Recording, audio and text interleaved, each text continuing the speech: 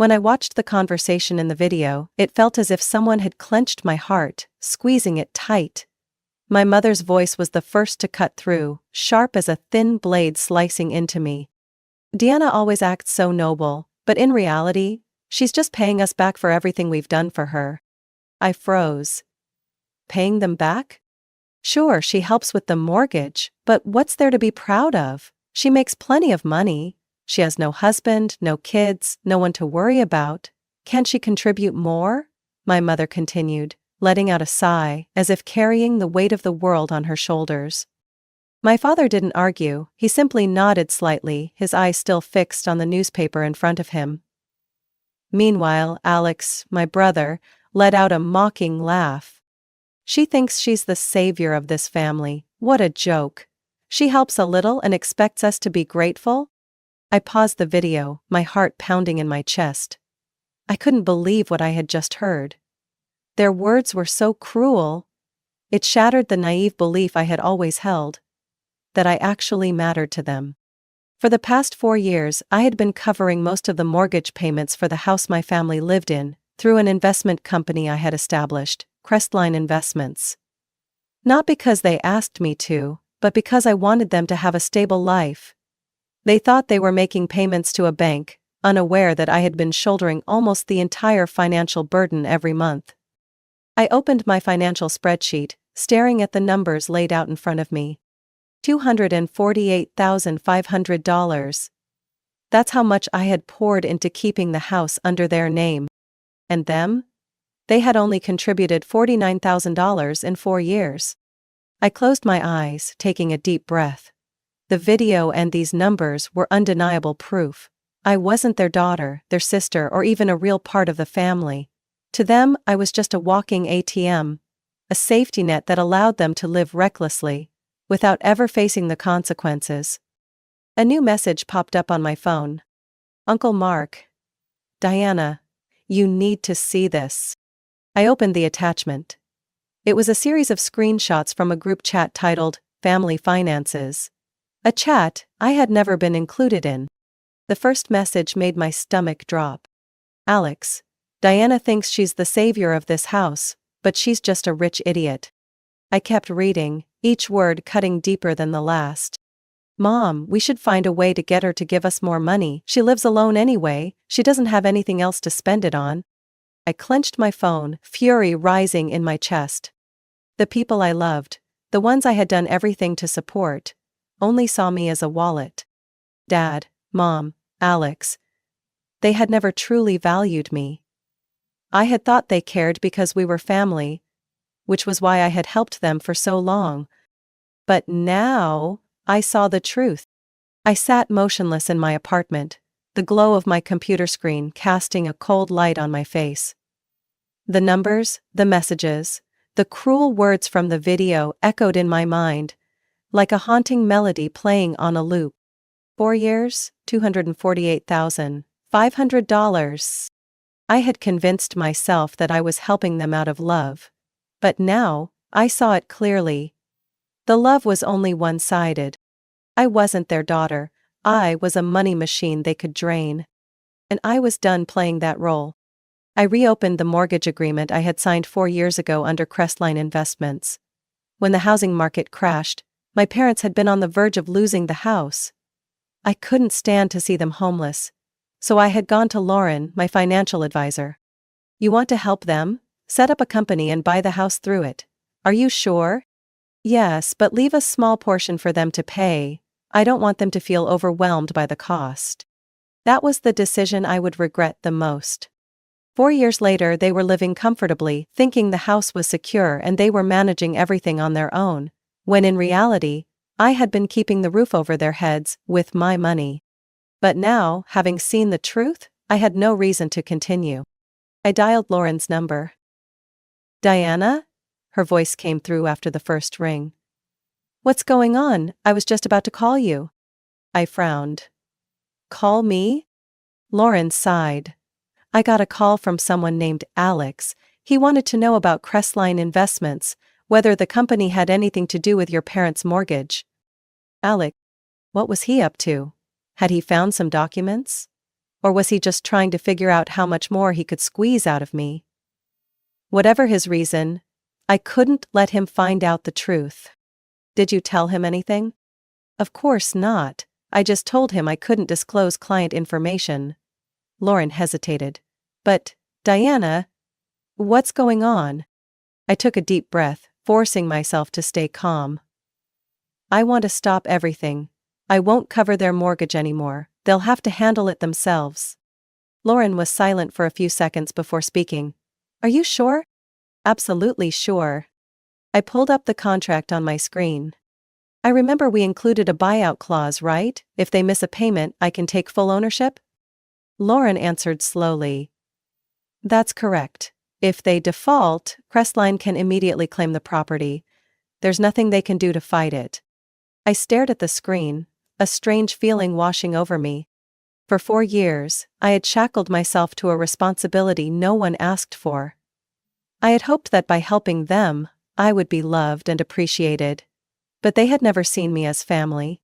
Now I didn't have to sacrifice for them anymore. I won't warn them, I said, my voice steadier than ever. I'll let them find out on their own when the payment is due. Lauren was quiet for a moment, then spoke softly. I guess you finally saw what you needed to see. Yes, and I'm going to let them face the consequences. After hanging up, I scrolled through my unread messages from Mom, from Alex. They were still asking for money, still playing the roles of concerned family members, all while scheming to drain me dry. I had made up my mind. I was going to visit the house one last time, to take a good, hard look at the people who had only ever seen me as a means to an end. I picked up my phone and sent my mother a message in advance. I'll be visiting home tomorrow. The next day, after months of staying away, I returned to the house I once thought was filled with love. Standing in front of my parents' home, I took a deep breath before pressing the doorbell. From the outside, I could see the warm glow of the lights filtering through the windows, hear the laughter and chatter coming from inside. If I didn't know the truth, I might have thought this was a happy family, a place where I belonged, but I had seen their true faces. The door swung open and my mother greeted me with a wide smile, almost unnaturally so. Diana, sweetheart, you're finally here. She pulled me into a tight hug, one that lasted a little too long, as if I were a long-lost loved one returning home. But I knew better. This wasn't affection. This was the opening act of a carefully rehearsed performance. As I stepped inside, I noticed the dining table had already been set with my favorite dishes: grilled steak, mashed potatoes, steamed vegetables, and red wine. A familiar tactic, using good food to soften me up before making their request. My father sat at the head of the table as always, his expression calm but with a hint of tension in his eyes. And Alex, my brother, lounged in his chair, arms crossed over his chest, a smug smile on his face. So, little sister finally decided to show up, Alex said, raising an eyebrow as I pulled out a chair. I thought you were too busy to make time for family. I gave a faint smile, my thoughts lingering on that word, family. Yes, I had come back to see what this family truly was. I always have time for family, I replied. My mother placed a plate of food in front of me, patting my hand gently, as if I were still a child, in need of reassurance. Diana, you know, your father and I are so proud of you. You've done so well in your career. I nodded, waiting.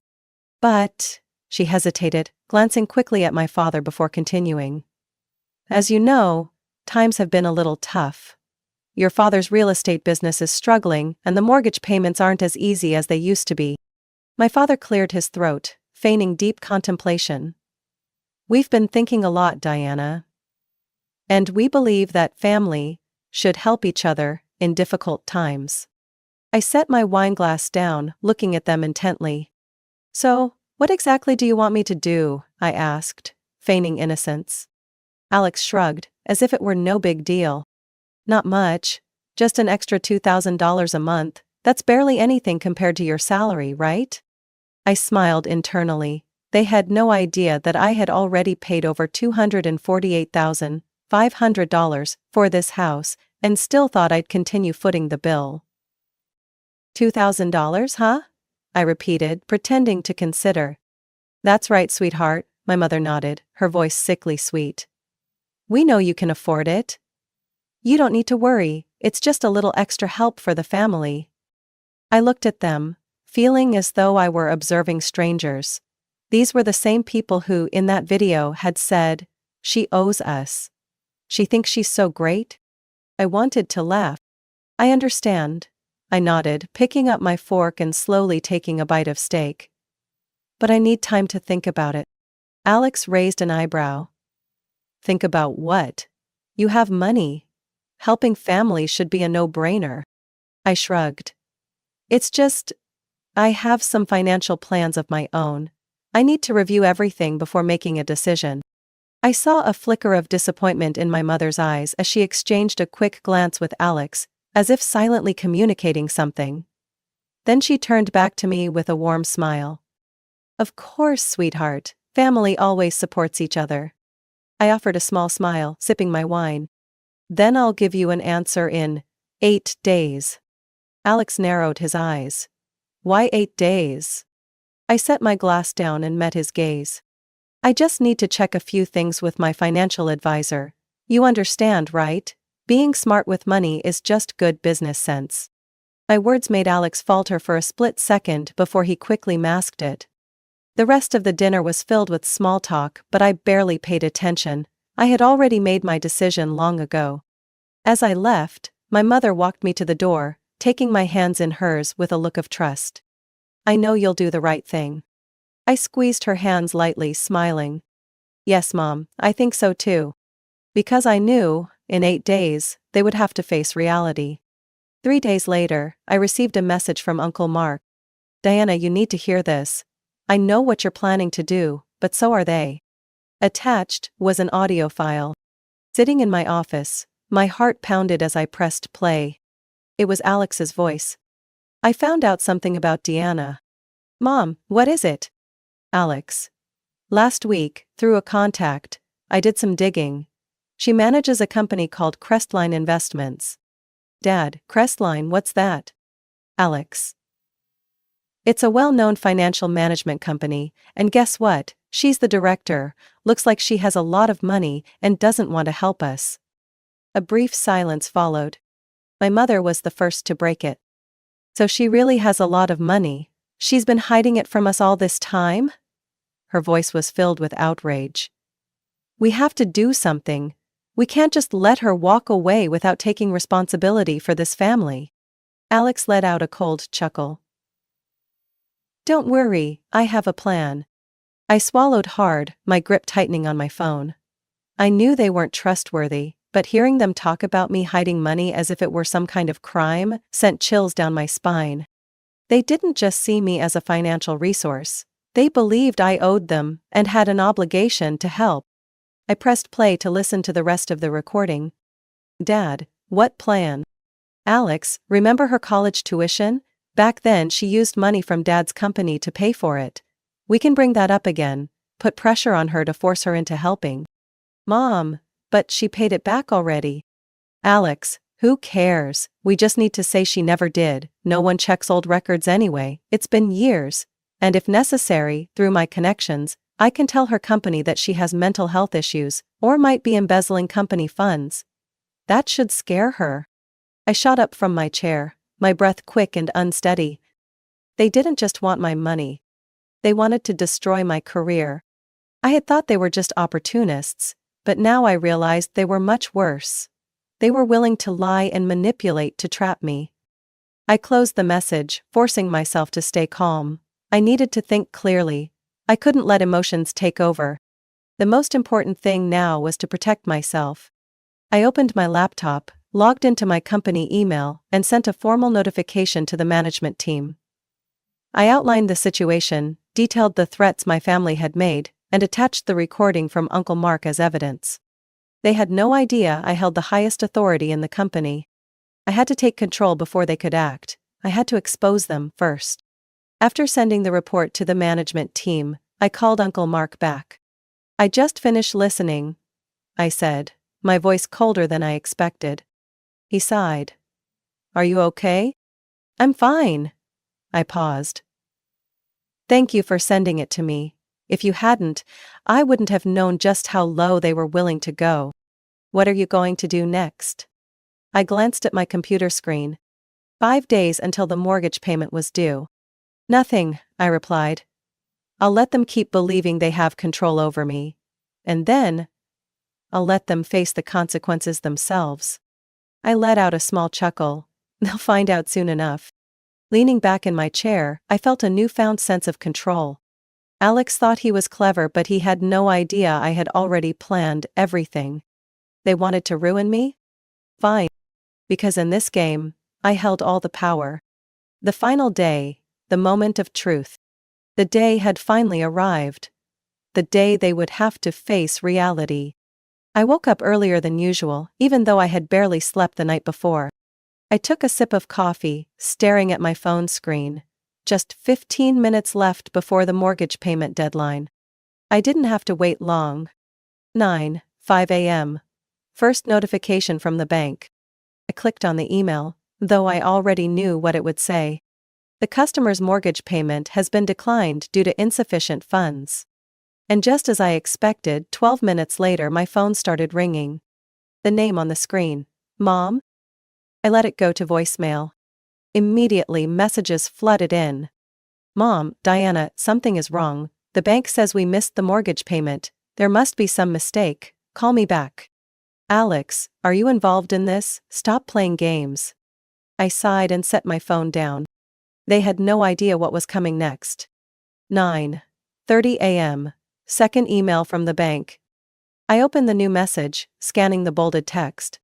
Due to non-payment, ownership of the property now legally belongs to Crestline Investments, per the mortgage agreement. I leaned back in my chair, a small smile forming on my lips. I was no longer their silent safety net. I was the rightful owner of the house. And they were just tenants, who didn't even know it yet. 10:15 a.m. Call from Dad. I let it ring for a while before finally answering. Deanna? His voice was hoarse. The bank says we don't own the house anymore. What the hell is going on? I took a slow, deep breath, keeping my voice calm. Nothing is wrong, Dad. I just decided not to cover your mortgage anymore. Silence on the other end. Then, explosion. What? What do you mean? Since when? I smirked. Since today. Crestline Investments? The company that now owns the house? That's my company. And per the contract, the moment you defaulted on the mortgage, ownership transferred to me. A heavy silence filled the line. Then, my mother's voice erupted in the background. What? Surprised? I asked, my tone casual. Guess you never bothered to read the fine print, did you? You can't do this to your own family, my father roared. I laughed softly. Ooh, but I can. And I did. A new reality had settled in. For the first time, I was in control, and they were the ones left powerless. Then my mother screamed over the phone. What? Surprised? I said, my voice still calm. You never actually read the mortgage agreement, did you? You can't do this to your own family, my father shouted. I smirked. Family? Family doesn't secretly go through my files, try to blackmail me, and attempt to ruin my career. Family doesn't call me a rich idiot behind my back. Another silence. This time I could feel their panic on the other end. Alex was the first to break it. Diana, listen, I'm sure we can figure out a solution. There's no need to make this a big deal. I laughed. A solution? I raised an eyebrow. Like the one where you planned to falsely accuse me of embezzling from my own company? Alex's breathing hitched. How did you... Uncle Mark sent me the recording. I cut him off. I know everything. My mother gasped. Diana, you can't do this to us. But, Mom, isn't this exactly what you all planned to do to me? I chuckled softly. You always told me that I should take responsibility for family, but it seems like none of you wanted to take responsibility for yourselves. You have to help us, my mother screamed. We're not leaving this house. I crossed my arms. Then you should check your email from Crestline. You'll find a new lease agreement. If you want to stay, you have 30 days to start paying rent. My mother hissed. You're kicking your own family out? You're ungrateful. I let out a cold laugh. No, Mom. I'm simply treating you the way you've treated me all these years. And then, I hung up. 3 hours later, email from management. I opened the email with the subject line, Internal Investigation Results. Deanna, we have reviewed the allegations made against you. Based on the evidence you provided, we confirm that these claims were entirely false. We have documented Alex Callahan's intentional attempt to spread misinformation within the company. I exhaled, relief washing over me. Their plan had completely backfired. Not only had they lost the house, they lost their chance to destroy my career. I stood up, poured myself a glass of wine, and took a slow sip. For the first time in years, I felt truly free. Because I no longer had to take care of them. They thought they could control me. But I had proven them wrong. I was not someone they could manipulate. 30 days passed faster than I expected. Every day I received countless messages, calls, and even emails from my mother, father, and Alex. At first they begged, pleading with me to reconsider. When I didn't respond, their words turned bitter, blaming me for the hardship they were facing. I didn't answer a single message. My mother even tried reaching out through old friends and colleagues. I'd blocked them all. I was no longer the obedient daughter chasing after their approval. 10 days before the lease deadline, I received a simple message from my father. We can't pay the rent, can you help us? I stared at the message in silence, then turned off my phone. They had 4 years to get their finances in order. 4 years living in a house I paid for. And now they expected me to save them again? No. I had already given them everything I had. It was time for them to take responsibility for their own lives. The day they left. That morning I drove to the house, parking a distance away so I could watch unnoticed. A moving truck was parked in the driveway. Alex and my father were hauling boxes to the curb. My mother stood in the doorway, her eyes red and swollen. They didn't see me, but I saw them clearly. Their faces showed anger, helplessness, and most of all, they had always relied on me as their safety net. Now, they had no one left to fall back on. A strange feeling rose inside me. I wasn't happy. I wasn't sad either. I just felt free. They would have to learn how to live without me. They would have to stand on their own. 3 weeks later, a message from Uncle Mark. Deanna, have you seen the news about Alex? I frowned and clicked on the link he sent. Real estate agent's license suspended for unethical practices. I read the article slowly, taking in each word. The real estate company Alex worked for had launched an internal investigation after multiple complaints of dishonest dealings. Turns out, Alex had been manipulating contracts, misrepresenting property values, and exploiting clients for personal gain. And thanks to Uncle Mark's recording, where Alex discussed fabricating accusations against me, the State Real Estate Ethics Board decided to suspend his license indefinitely. I stared at my phone, letting out a deep sigh. Alex always thought he was smarter than me, that he could lie, cheat, and manipulate without consequence. But in the end, he destroyed himself. When the news spread, the relatives came crawling. As soon as Alex's scandal became public, my extended family, the ones who never cared about me before, suddenly started showing up. The first message came from Aunt Laura. Diana, no matter what, they're still your family. You can't just let them struggle like this. Then, a call from a cousin I hadn't spoken to in nearly a decade. Deanna, you know, everyone is really struggling right now. Maybe you've been a little too harsh. I hung up. None of them were there when I needed help. But now, when I had walked away and my family was suffering, they suddenly expected me to fix everything. I blocked all of them. 3 months later, selling the house. I signed the final papers to sell the house. I no longer felt any attachment to it. The walls that once held my childhood now only carried memories of betrayal and manipulation. But instead of keeping the money for myself, I did something more meaningful. I established a fund to help victims of financial abuse within families. People like me, who had been treated as walking ATMs by those who never appreciated them. The money from the house sale became the first contribution to the fund. I know that I cannot change what has happened to me, but I can help others avoid experiencing what I went through. That night, I sat on the balcony of my apartment, looking out over the city. I no longer carried a weight on my shoulders. I no longer had to worry about calls asking for money, or messages filled with guilt and blame. For the first time in years. And I knew that from this moment on, I would never allow anyone to take advantage of me again. Diana's story is a powerful reminder of the value of self-respect and personal boundaries. In life, sometimes the people we trust the most are the ones who exploit us the most. Sacrifice is not always met with gratitude, and unconditional help can turn into dependence. Diana learned to put herself above her family's unreasonable expectations, and realize that family ties are not an excuse for being used. Sometimes, the only way to find peace is to walk away from toxic relationships and protect yourself. What do you think about Diana's story? Have you ever experienced family members taking advantage of you like she did? Share your thoughts in the comments.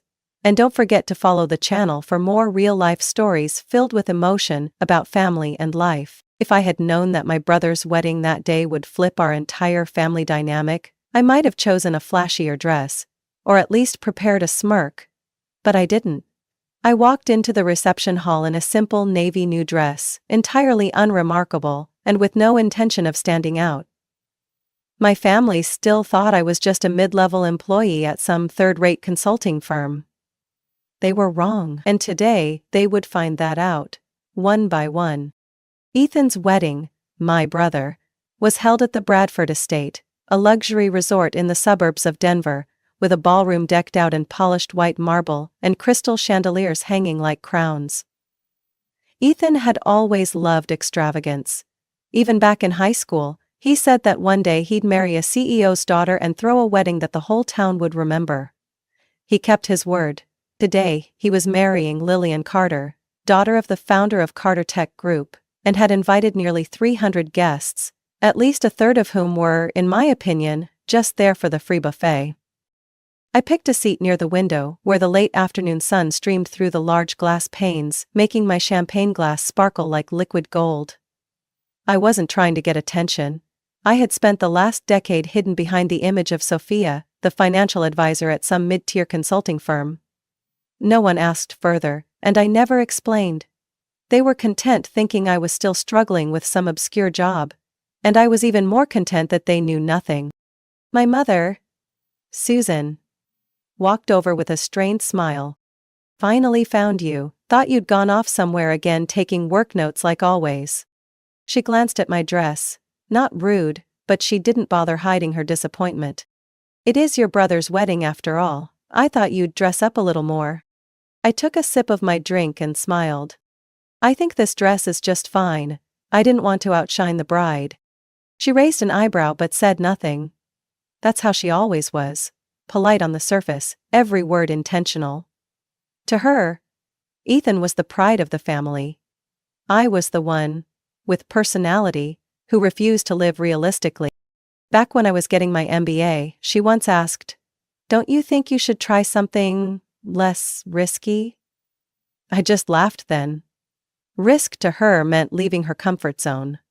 But to me, the real risk was living a whole life, trying to please people who never truly saw me. The wedding continued with lively jazz and cheerful chatter. Ethan entered the room in an expensive tuxedo, his smile stretched so wide it seemed to pull at the sides of his face.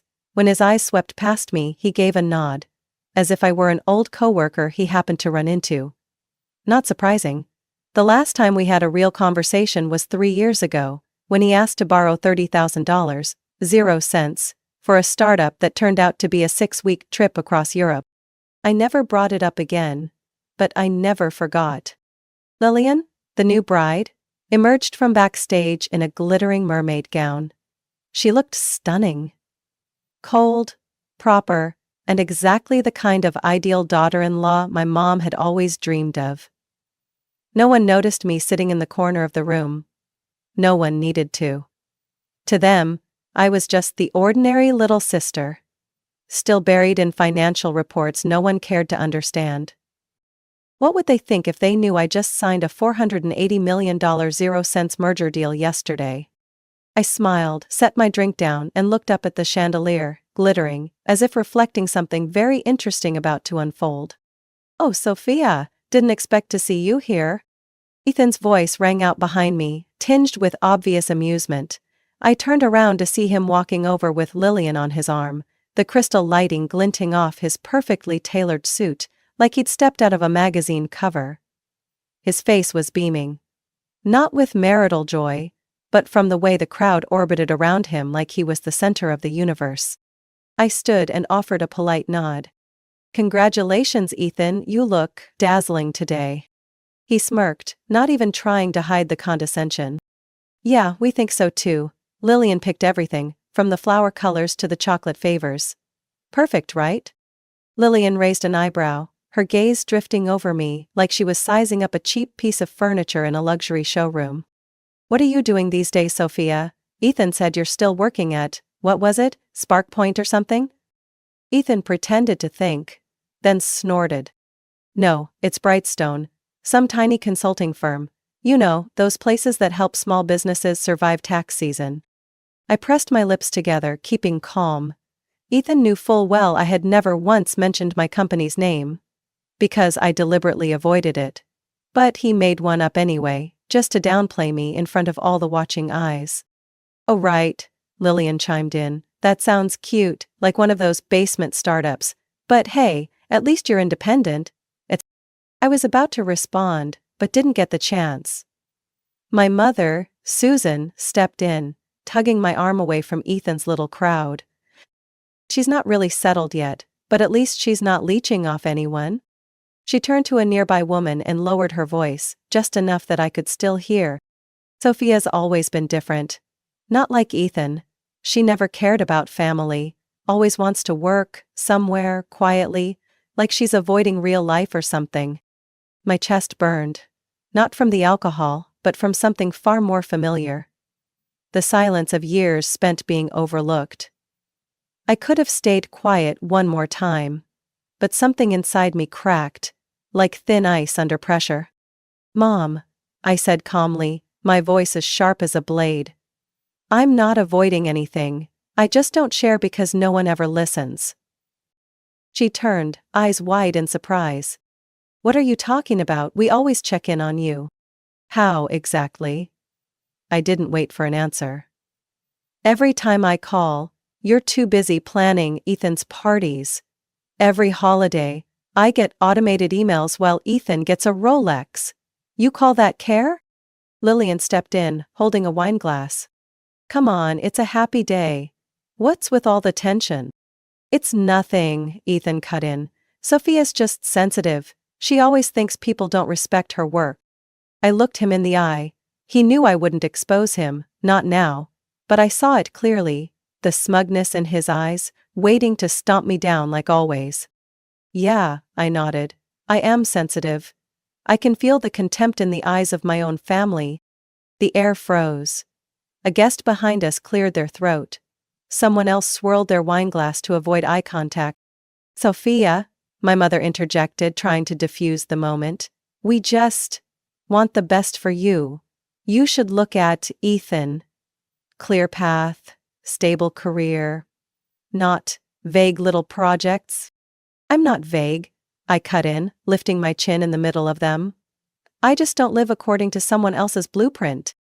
I saw Ethan's hand tighten around his wineglass, his jaw clenched. Lillian smiled. But the kind of smile you give when you just stepped in mud and don't want to stain your shoes. I turned away. I didn't need to hear more. They could carry on with their grand wedding, continue performing as the model family. But they didn't know. Today would be the last time they ever got to look at me as the disappointment. A soft chime rang out from the main entrance. The wedding manager hurried out to greet a new guest. Murmurs rippled through the room. Someone whispered, "I think that's Mr. James Wilson, CEO of Winfield Holdings." I took a sip of wine, lips curling slightly. Now the party was really about to begin. A wave of whispers swept through the ballroom like an electric current as the man stepped inside. James Wilson, the CEO of Winfield Holdings, had just arrived, and every pair of eyes instantly turned to him. Tall, silver hair combed neatly, as if every strand had purpose, he carried the presence of someone who never entered a room without silencing it. Ethan straightened up, quickly pulling Lillian to her feet. I saw him glance at our father, Richard, who was seated near the reception table. The whole family seemed to sense that James's arrival wasn't just unexpected, it was a turning point. Just not in the way they thought. Ethan adjusted his tie, rubbed his hands together excitedly, then walked toward James like he was about to be knighted at a coronation banquet. But James didn't look at him. His gaze swept the room, and stopped. On me. A slow smile spread across his face, as he strode toward the table where I sat. Ethan halted mid-step, glancing around, as if he couldn't believe what was happening. "Ms. Monroe," James said, his voice deep and clear. "I didn't expect to see you here." "I should have known, shouldn't I?" The room froze. I calmly placed my champagne glass on the table, stood up, and shook his hand with steady poise. "Hello, James, this is a surprise. I thought you had a meeting in Seattle this morning. I canceled it when my assistant mentioned you might be in Colorado this week. Meeting with you is always a top priority." I saw Lillian clutch Ethan's hand tighter, like she needed to confirm she was still conscious. As for Ethan, he looked like he was about to pass out. My mother, still standing nearby, was stunned, her eyes locked on the scene. She once told me I should learn to speak modestly, like a small-time consultant. I imagine now she was starting to question whether she'd misjudged who was who. "She's..." "Miss Monroe," someone behind me whispered. James nodded at me again, then turned to Ethan, who was frozen stiff. "Oh, this is your brother? He once told me his sister worked at a local consulting firm. Didn't realize she was..." I smiled, eyes fixed on Ethan. "Winfield Holdings is in merger talks with my company, James. He didn't know that. No one in my family does." Lillian blurted out. "You run what company?" "Aurora Consulting Group," James answered for me, his voice like summer thunder. "One of the leading strategic consulting firms in the United States. Ms. Monroe is the founder, CEO, and the person we're hoping to get final approval from on a deal worth nearly $500 million. The sound of a glass shattering rang out from a nearby table. The guests seemed to collectively hold their breath. All the noise in the room suddenly felt distant in the face of one overwhelming truth: that the woman once dismissed as the forgettable little sister was, in fact, the centerpiece everyone was chasing. Ethan stammered. "Sophia. Why didn't you ever say anything?" I looked at him and replied slowly.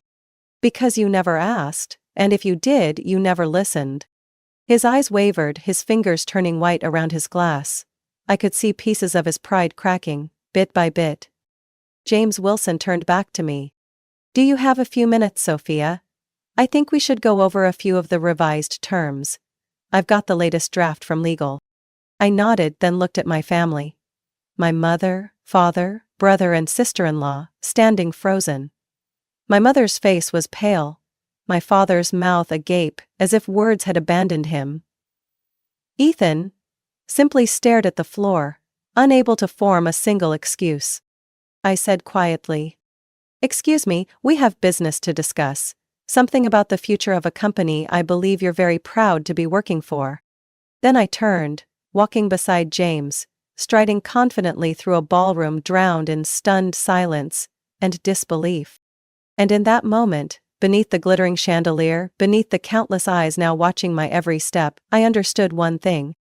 The simple navy dress I wore today was the only armor I ever needed. I had just left the meeting table with James Wilson for less than 10 minutes when I received a message from Emma, my assistant. A simple text. "Ethan's losing it. Your mom just started crying in front of guests. Do you want me to step in?" I typed back one line, "No, let them face it themselves." When I returned to the ballroom, the atmosphere had shifted completely. The laughter was gone, the clinking of celebratory glasses silenced. Everyone had dispersed. leaving a gap in the center of the room as if afraid to get too close to the emotional ground zero. Ethan stood in the middle, his face flushed with rage and humiliation. Lillian clung to his arm in confusion, unable to speak. My parents stood nearby. My mother stammering through tears. My father uncharacteristically silent. Which was rare for someone who liked to call himself the family's strategic brain. I stepped forward, keeping my tone calm. It seems everyone's waiting for an explanation.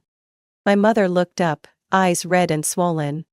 Sophia, why didn't you say anything? All these years, we had no idea. No idea? I raised an eyebrow, cutting her off. Or didn't want to know. My father clasped his hands behind his back, still trying to maintain his air of authority. We only wanted you to choose the safe path. Business is a ruthless field, especially for women, you should understand. Understand? I laughed, the sound slicing through the thick silence. Should I understand why you refused to help me secure a loan when I presented a startup plan down to the last digit? Understand why you wouldn't co-sign a loan but had no problem withdrawing $40,000 from my savings to fund Ethan's creative coffee shop, which shut down 3 months later? Ethan cut in, his voice hoarse. You agreed to lend me that. I didn't agree, I looked him dead in the eye. I was forced to. Because at the time, I was struggling to pay rent in Chicago, and Mom was crying over the phone saying your brother will lose his chance if he doesn't get that money. And you promised to pay it back within 6 months. It's been 8 years, Ethan. Lillian stared at him, stunned. Ethan, you never told me that. He fumbled. It was just a family advance. Sophia, you can't put all this on me. You turned out fine. I scoffed. Yes, I turned out fine. Because I learned how to survive without support from my own blood. I turned toward my mother. You once told me, don't be too ambitious, find a job that suits a woman. But when Ethan said he wanted to study business management, a field he was never good at, you sold Grandma's wedding necklace to pay his tuition. She froze. You eavesdropped? No, Grandma told me herself. She said you didn't want to sell it. But for Ethan, you did. I paused, feeling the air around us grow colder and tighter. Mom, I never asked for anything. When I got accepted into a market research program in San Francisco, you said it was an unnecessary luxury. When I started my company, you called it a silly dream. But when your son failed 3 times in a row, you always had excuses. Forgave him, and blamed the circumstances. My father finally spoke. His voice heavy. You have the right to be upset with us, but Sophia, this isn't the way. Not the way? I turned to him, eyes burning. What about your way? The way you belittled me for a decade. The way you told every relative, Sophia just does little odds and ends. Don't expect much. The way you once banned me from talking about finance at a family dinner because it ruined the appetite? No one responded. I looked at each of them in turn. Ethan lowered his head. Lillian couldn't meet my eyes. My mother stood motionless. My father, the usual proud confidence in his eyes was gone. They looked like they were seeing a ghost they thought they'd buried long ago. Only now it had returned, more alive and powerful than ever. I didn't come here for revenge, I said, my voice dropping low. I came because I thought I could keep my promise to Grandpa, to make sure Winfield wouldn't fall into the hands of vulture funds. But after today, I'm not so sure this deal is worth it anymore.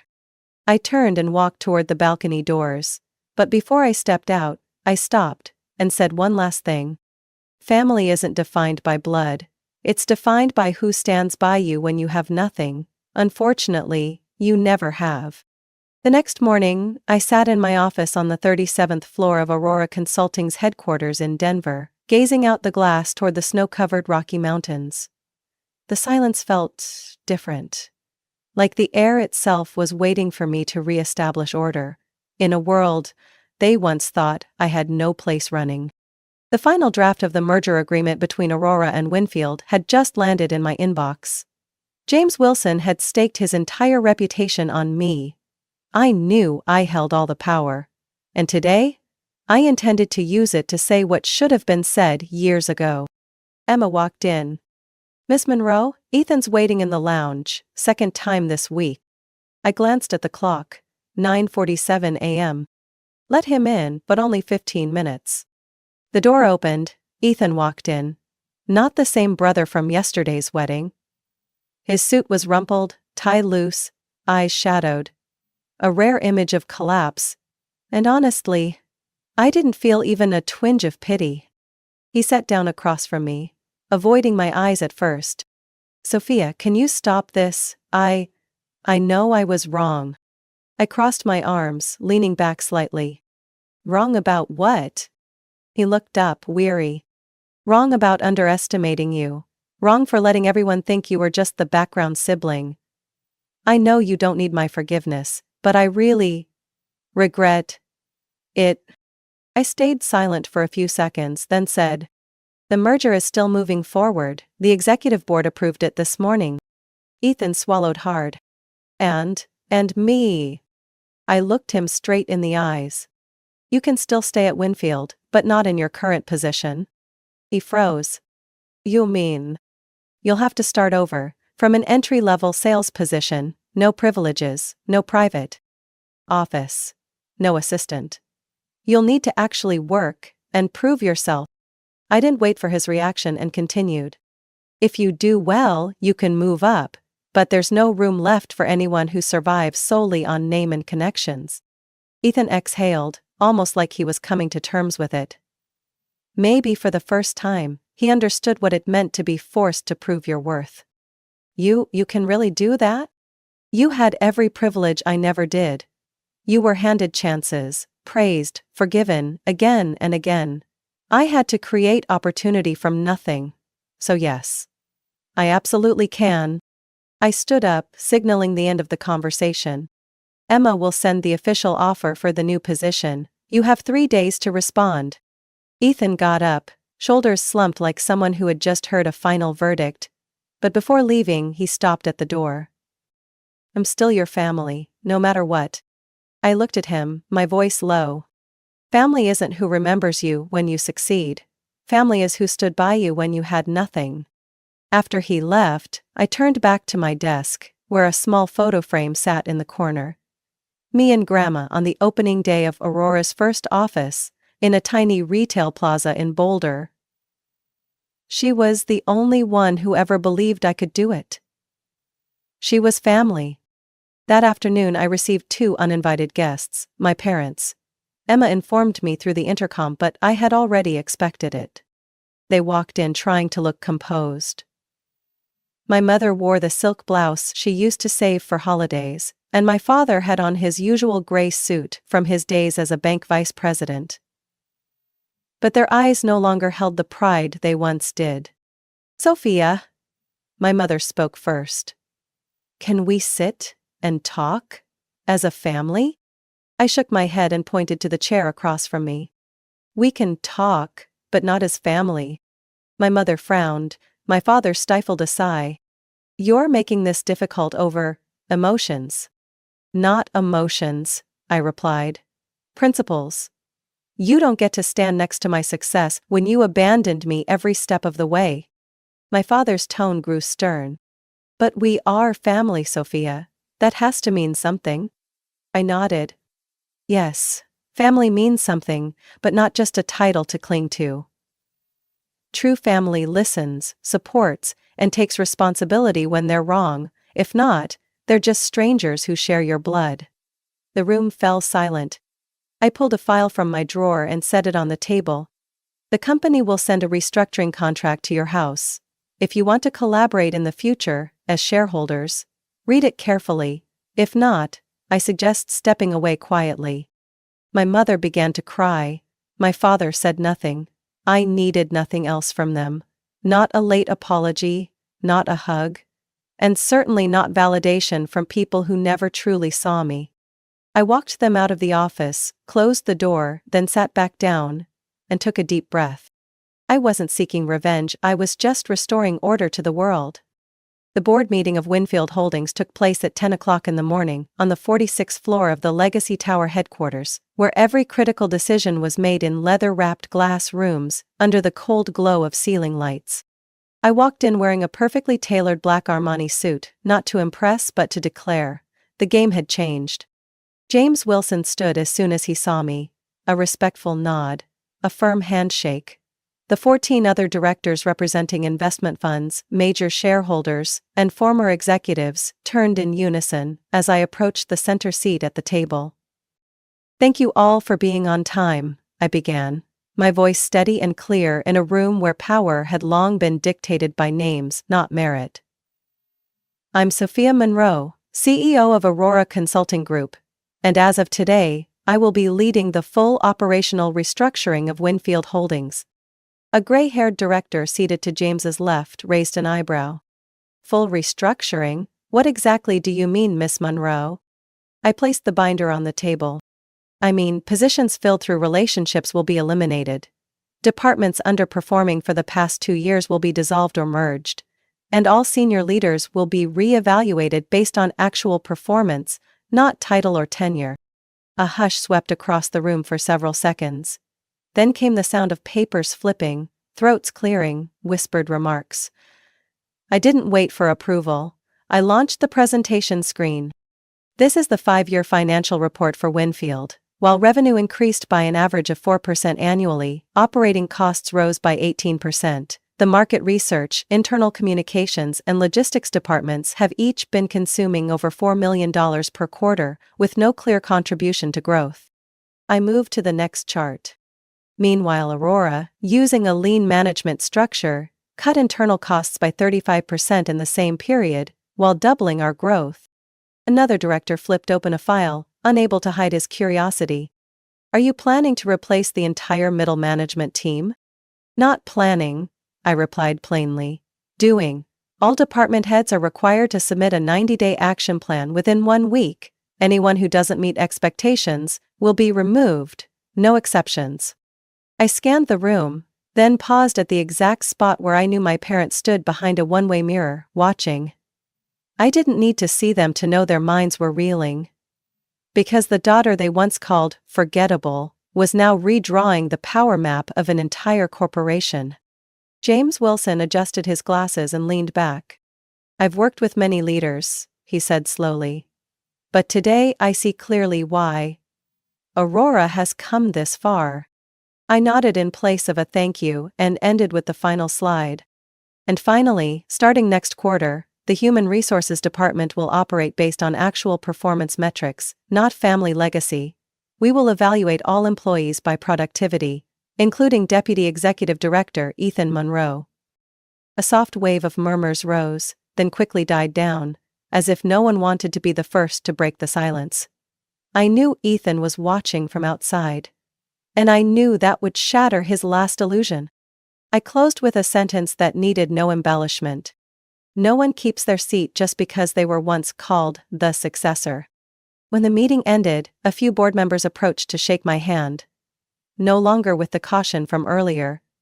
Only recognition remained. James came closer, admiration in his eyes. "You know, Sophia, a lot of people are talented, but not everyone has the guts to change an entire system from the ground up. You just did that." I smiled, softly but firmly.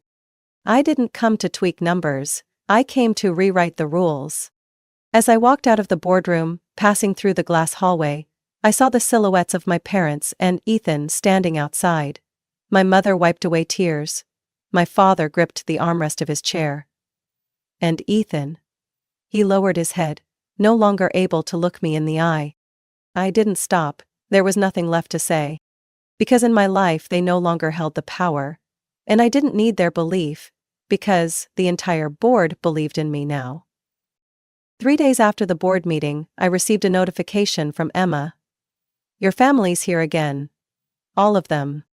I rose from my desk and walked slowly to the VIP lounge on the 37th floor, where they were waiting. No coffee service. No fresh flowers like I offered important guests. Just cold white lighting and straight-backed leather chairs that made sitting feel like a test of endurance. Ethan stood first when he saw me. He wore a wrinkled white shirt at the cuffs, no longer the man who walked into the wedding hall with his billionaire bride. My father, Mr. Richard, sat upright, hands clasped, trying to stay composed. My mother looked directly at me, eyes red and puffy as if she had cried all night. Sophia, Ethan spoke first, voice choked. I don't want to lose this position. I'll start over, I swear. I'm just asking, please. Don't remove me from the system, give me a chance. I didn't answer immediately. I looked at him for a long moment before asking. Why, because you've changed? Or because you have nowhere else to turn now? He lowered his head and stayed silent. My father spoke next. Sophia, what happened at the wedding? I've never felt so ashamed in my life, but I've thought it over. If you're willing, let's start over. I sat across from them, arms folded. At that moment, I wasn't a CEO. I wasn't a founder. I was just a daughter who had never been acknowledged. Until she no longer needed acknowledgement. Start over, I repeated. Unfortunately, life doesn't come with a reset button, Father. My mother sobbed. I was wrong, Sophia. I let my expectations blind me to the truth. You worked hard, and I never saw it. I didn't smile. I didn't soften. Instead, I opened the drawer and took out an old photograph, the only family photo I ever kept. In it, Ethan stood in the center, arms around our parents. I stood off to the side, a stiff smile on my face, wearing a dress I had sewn myself because Mom said, "It's a waste of money for something small like a graduation party." I placed the photo on the table, voice steady. For 10 years I waited for this. One acknowledgement. One apology. One genuine hug. But all I ever got were sarcasm, silence, and distant looks. Ethan looked up. I didn't know you were in that much pain. If I had known. I cut him off, voice still even. If you had known, what then, Ethan? You'd give back the money you blew on that European vacation? You'd defend me when our parents belittled me? Or you'd just smile less? The room fell silent. I didn't come here to tear this family apart, but I have no obligation to mend it either. My father's voice tightened. You're just walking away, Sophia, after all this? No, Father, I replied. I'm choosing to live, truly live. As someone who once fell apart from being dismissed by her own family, but still stood up again, without anyone's help. My mother reached across the table, voice trembling. You are our flesh and blood, Sophia. Blood ties can't be broken. I gently pushed my chair back, avoiding her touch. I'm not breaking ties. I'm just done pretending everything was ever okay. Because all this time, I've lived in a family that existed only in pictures and polished words, when the reality was full of favoritism, toxic expectations, and empty lectures. I stood. Ethan will have a chance, a real chance to prove himself. No privileges, no shortcuts. I looked my parents in the eye. And the two of you? If you truly want to start over, then begin by facing what you've chosen to forget. And if someday I believe that's sincere, maybe I'll open my heart. I bent down, picked up the photo, placed it back into the drawer, and ended the meeting with one final statement. I no longer live to be accepted. I live to be free. When I stepped out of the room, Emma was already waiting. She looked at me with admiration. Not for the power I held, but for the strength I had forged through years of loneliness and quiet battles. I didn't look back at them. I didn't need to. Because the moment they lost me was also the moment I finally found myself. That night, I returned to my penthouse on the 42nd floor just before midnight. The city of Denver glowed beneath me like a galaxy with every light bulb anchored to the earth. But tonight, those lights didn't make me feel small anymore. Not because I'd sat at the head of the boardroom. Not because I'd forced my family to face the truth. But because I felt utterly free from my past. I took off my shoes and walked barefoot across the cold wooden floor. In the quiet space, only the soft hum of the air conditioner could be heard. I sat down by the window, the spot I always chose when I needed silence to think. On the table was a small wooden box, old but carefully preserved over the years. I opened the lid. Inside was a heart-shaped locket, the last gift from my grandmother Helen. She passed away the year I started my business, but she left me something far more valuable than money. A handwritten note, carefully folded and placed inside the locket. I unfolded the paper, reading each line, even though I had long since memorized every word. Success doesn't come from who believes in you at the end, but from whether you believed in yourself from the beginning. A single tear ran down my cheek. Not from sadness, but because I knew that if she were still alive, she wouldn't just be proud. She would say, "At last, my dear. You've walked forward without bowing your head." I didn't build Aurora to prove anything to anyone. I founded it because I knew that if I didn't believe in myself, no one else would. My whole life had been lived inside frameworks imposed by others, of being a good daughter, a supportive little sister, or a child who should know her place. But not anymore. My phone buzzed, a message from James Wilson. "Tomorrow's meeting is scheduled. But if you need more time, I can push it back. You've done a lot this week." I replied, "No need. I'm ready." There's no vacation after a victory. But I didn't need one, because I wasn't winning against anyone else. I had only won against myself. I stood and walked through the living room where a large frame hung on the wall, my first business plan, printed from an old printer in a one-bedroom apartment in Boulder. I had slept on the floor for 3 months to save on rent, ate instant noodles instead of ordering takeout, and cried in the dark on many nights after being rejected by 12 investors in a row. But I didn't stop. And that is what defined me. Not the praise from the board, not Ethan's stunned silence, and certainly not my parents' belated remorse. I looked at my reflection in the large glass pane. The woman in the mirror was no longer Sophia, the little sister of Deputy Director Ethan Monroe. She was Sophia Monroe, the woman who built an empire from the bricks others had discarded. Tomorrow Sterling would officially become a subsidiary of Aurora.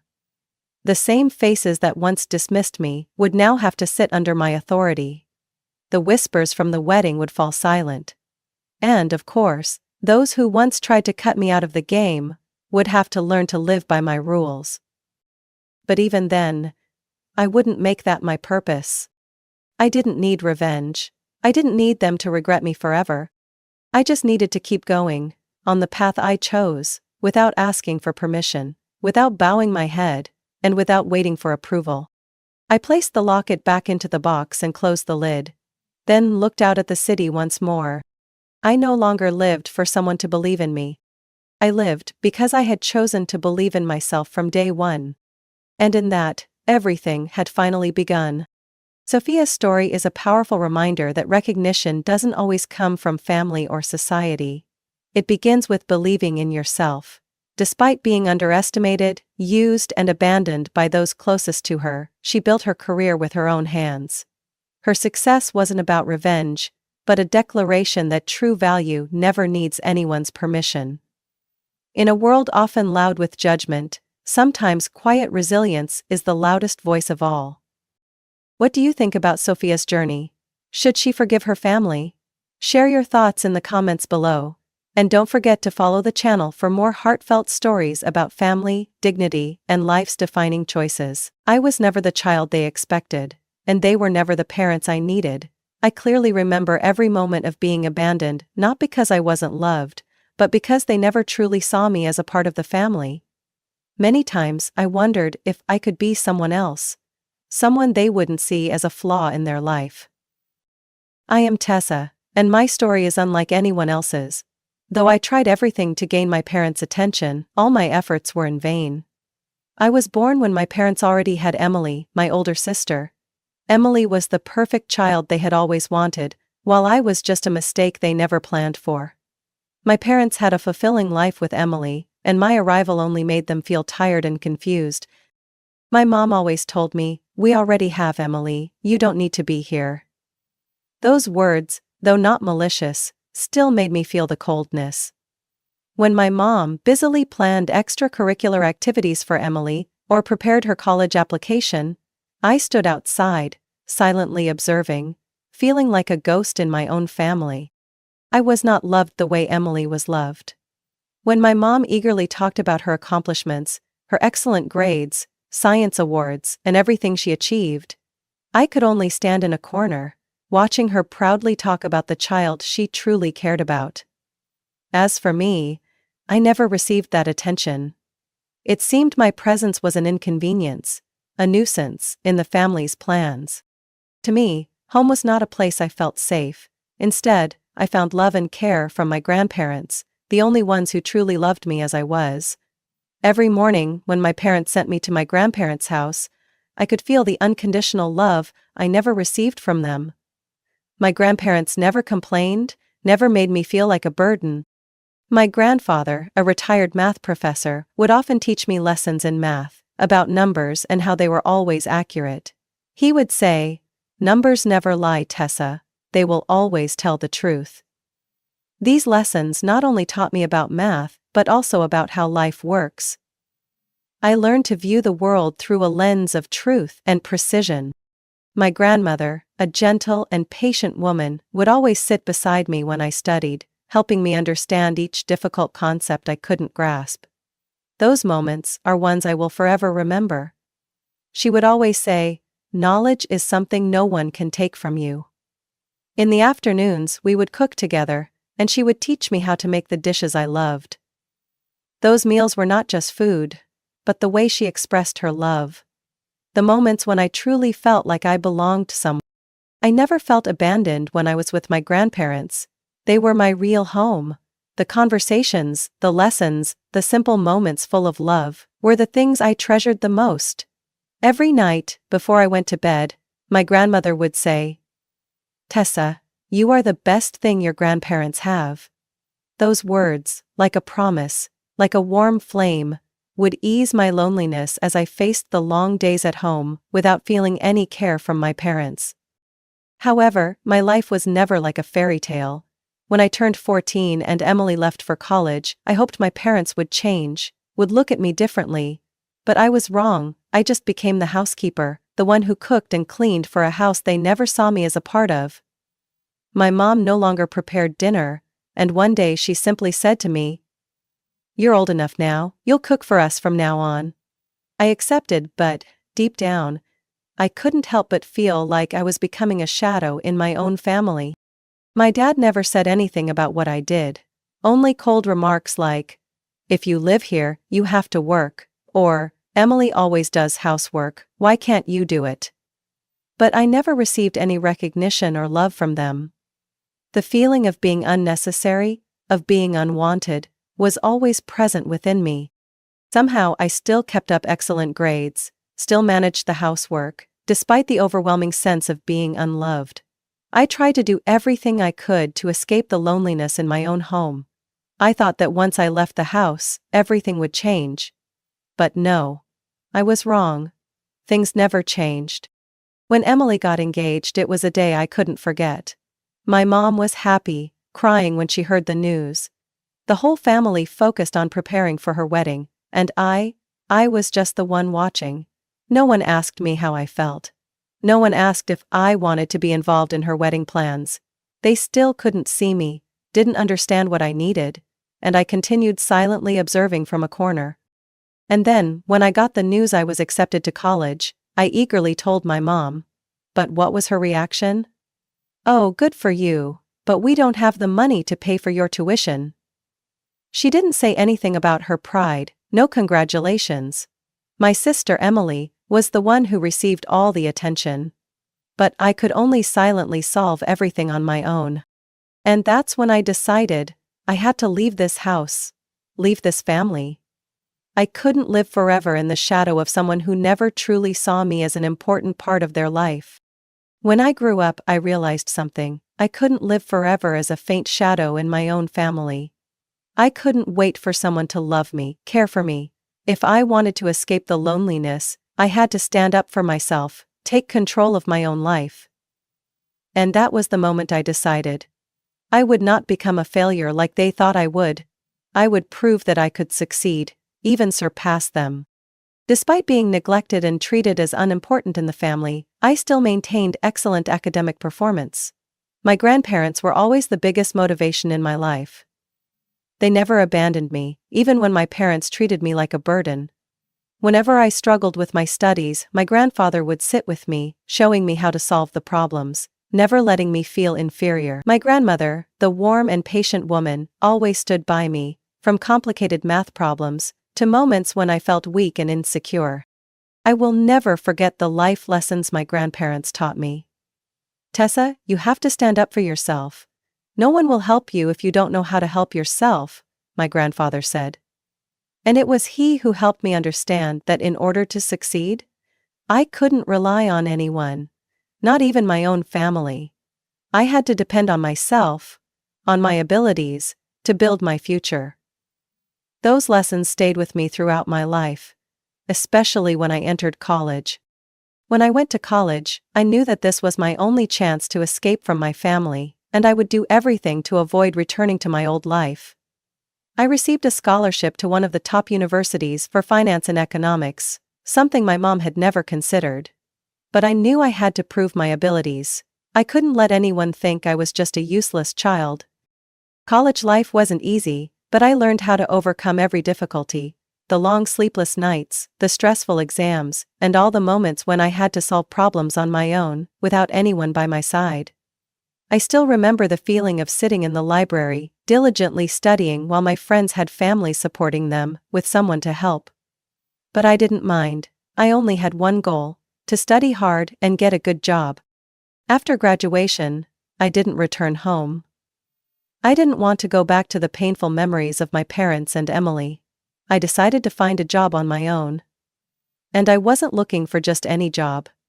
I sought a job in the finance industry, where I could show my talent and strategy. I didn't want to be a failure. I wanted to prove that I could stand on my own. With a degree in finance in hand, I began applying to major companies, and luck smiled on me. A top financial company hired me. From day one, I knew this was the opportunity I had been waiting for all my life. I threw myself into the job with all my enthusiasm and passion.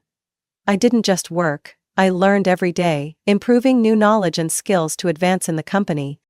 In the early years, I worked hard, constantly learning and proving my abilities. I never wanted to back down, never wanted anyone to think I was just a child who couldn't succeed. Gradually, my efforts started to be recognized. I was quickly promoted, from a regular employee to the head of a financial analysis team. The projects I participated in were all successful, and I began to receive attention from high-ranking people in the company. I still remember the day I received praise from a senior executive. "Tessa, your financial analysis skills are truly impressive. We believe you can handle larger projects." That compliment was like a confirmation for all my efforts. I hadn't wasted those difficult years. I had turned every challenge into motivation to move forward.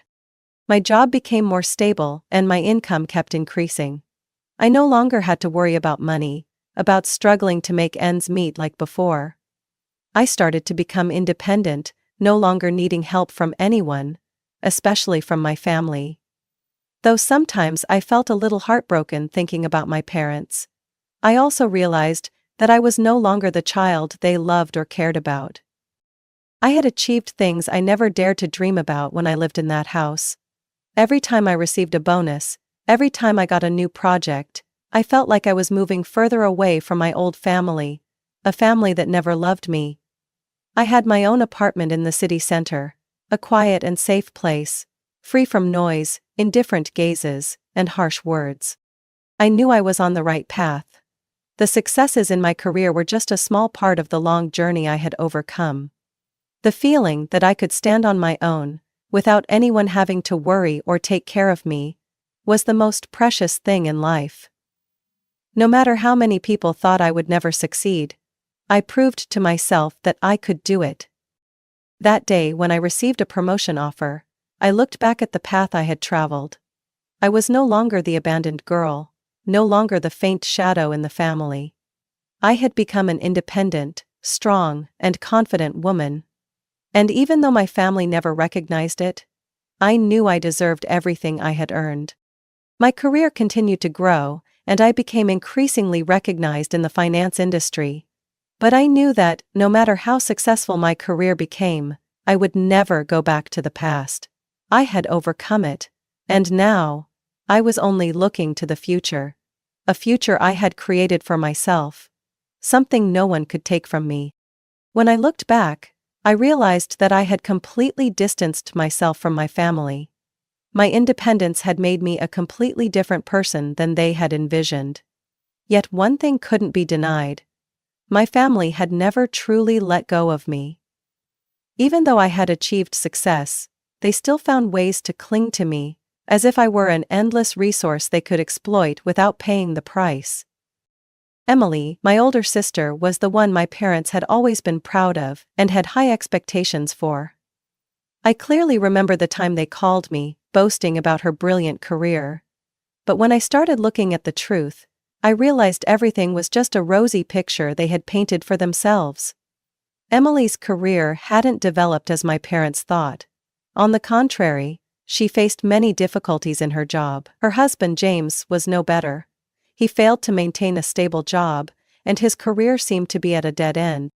While I continued to move forward, achieving the accomplishments I had once dreamed of, my family, especially Emily and James, sank deeper into financial struggles. I couldn't help but notice that they began to rely on me, and that gradually made me feel tired. Every time my parents called, their questions about my job were replaced with complaints about their financial situation. "Tessa, we're in trouble, can you help us?" This question echoed every time I received a call from them. I couldn't refuse, although each time, I felt frustrated inside. Why should I help them, when they had never helped me throughout all those years? I had given them everything I had, but it seemed they were never satisfied.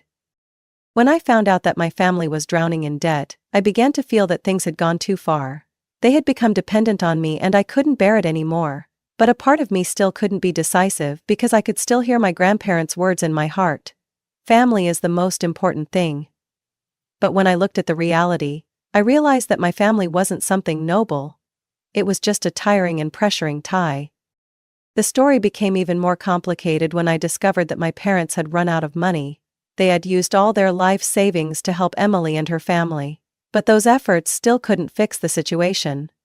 Emily and James were never capable of being independent, and they became more and more dependent on my parents. Every time I saw my parents worry, I felt more and more uncomfortable. I couldn't be the only one responsible for everything. But maybe I was the only one in the family who could help them. One day, after a busy week, I went to visit my parents and saw the whole family sitting around the dinner table, their faces showing exhaustion. My mom, her eyes red from worry, said to me desperately, "Tessa, we really don't know what to do anymore. We've withdrawn all our savings to help Emily and James, and now we have nothing left." Her voice choked as though these words were difficult to say. My dad, still trying to stay calm, but I could see the disappointment in his eyes. "We've helped them as much as we could, but it's still not enough. Emily and James only know how to rely on us. We can't do anything more." Those words made me feel guilty. I couldn't help but feel responsible. No matter what, I was the only one who could help them. But I didn't want to keep doing it. I had spent my youth striving to prove that I could make it on my own, and now I had to take responsibility for a family that would never know when to say enough. When I returned home after that conversation, I couldn't stop thinking about what had happened. I had helped the family as much as I could, but I never got a thank you. They never acknowledged my efforts, and now I had to save them once again. But what would happen if I stopped helping them? Would I be selfish? Every question felt like a stone pressing on my chest. The calls from my parents never stopped. "Tessa, can you help us? Emily's having trouble again, she can't pay her rent," my mom said, her voice full of worry. This time, I couldn't stop feeling angry. I wasn't the family bank. I wasn't an endless source of money they could exploit whenever they wanted. but a part of me still couldn't bring myself to refuse. I thought of my grandparents and what they had taught me about family. But was it really right for me to carry everything, when my parents never truly cared about me? Every time I helped them, I felt more and more trapped in this cycle, unable to break free. I could clearly sense that my family had begun to take advantage of me, and I couldn't continue living in this selfishness. Could I be strong enough to refuse them for the first time? Could I break this loop, not just for me, but for my family? One evening, as I sat in my quiet room, looking out the window at the distant lights, I made a decision. I wouldn't keep helping them. I wouldn't let myself be exploited anymore. And if my family couldn't understand that, then maybe it was time for me to let go of everything that caused me pain. I would stand up for myself, no longer worried about those who never truly cared about me. From that moment on, I learned how to let go, and maybe that was the best thing I could do for myself. The death of my grandparents, the only ones who truly loved me unconditionally, completely shattered me. I couldn't believe they were gone. My life from childhood to adulthood had been intertwined with theirs. It was my grandparents who taught me about independence, about true love, and about the value of family. They were everything to me. But now, with them gone, I was left with only myself and painful memories. When my grandparents passed away, I realized I couldn't live forever in regret. Even though I no longer had them to rely on, I still had another family, my parents, even though they never truly cared about me the way I wanted them to. I decided to buy a new house for them, a house where they could live peacefully in their later years. I wanted to help them, to do something that would make a difference, even though deep inside, I felt a profound dissatisfaction. I couldn't forget the feeling when I signed the contract for the new house. It was a house I had carefully chosen, a lovely, well-admitted house. Easy for my parents to live in as they grew older and couldn't take care of themselves. I put all my heart into this decision, hoping to create a new environment, a new opportunity for the family. This house wasn't just a simple gift, it was everything I could do for my parents, after all they had done for Emily. When the house was bought, I wanted to throw a housewarming party so my parents and I could start a new chapter in our lives. I thought this would be the chance for the family to reunite, for me to feel loved and accepted, but I was wrong. I couldn't have imagined that my own parents would turn this event into a painful joke. On that day, when I was preparing to go to my parents' new house, I got a call from my mom. Her voice was soft, but a little hesitant. "Tessa, we're having a small party to celebrate the new house. But, we want it to be a family party, so you probably don't need to join." It felt like a slap in the face. I couldn't believe what my mom just said. This party, this house was bought by me, for them. What I hoped for the most was a chance to bond with the family, and now I was being excluded from the very party I should have been the center of. I stayed silent for a moment, trying to control the rising anger inside me. "I don't understand. This party, this house, it's mine, Mom. Why am I not invited?" I tried to keep my voice calm, but I couldn't hide the disappointment in my words. "Don't you think I have the right to be a part of this party?" My mom was silent for a moment before replying, her voice becoming softer. "Tessa, we've prepared everything for Emily and her family. She really wants a night with the family, and we want Emily to feel loved. You understand?" Her words were like a deep stab in my heart. I had done everything to help them, and now they were doing this to me.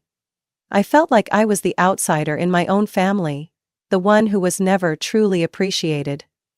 Emily, the one they always considered the golden child, was favored in every situation. As for me, even though I bought the house, I was pushed out. That day, I didn't say anything more and just hung up the phone. The anger and disappointment clouded my mind.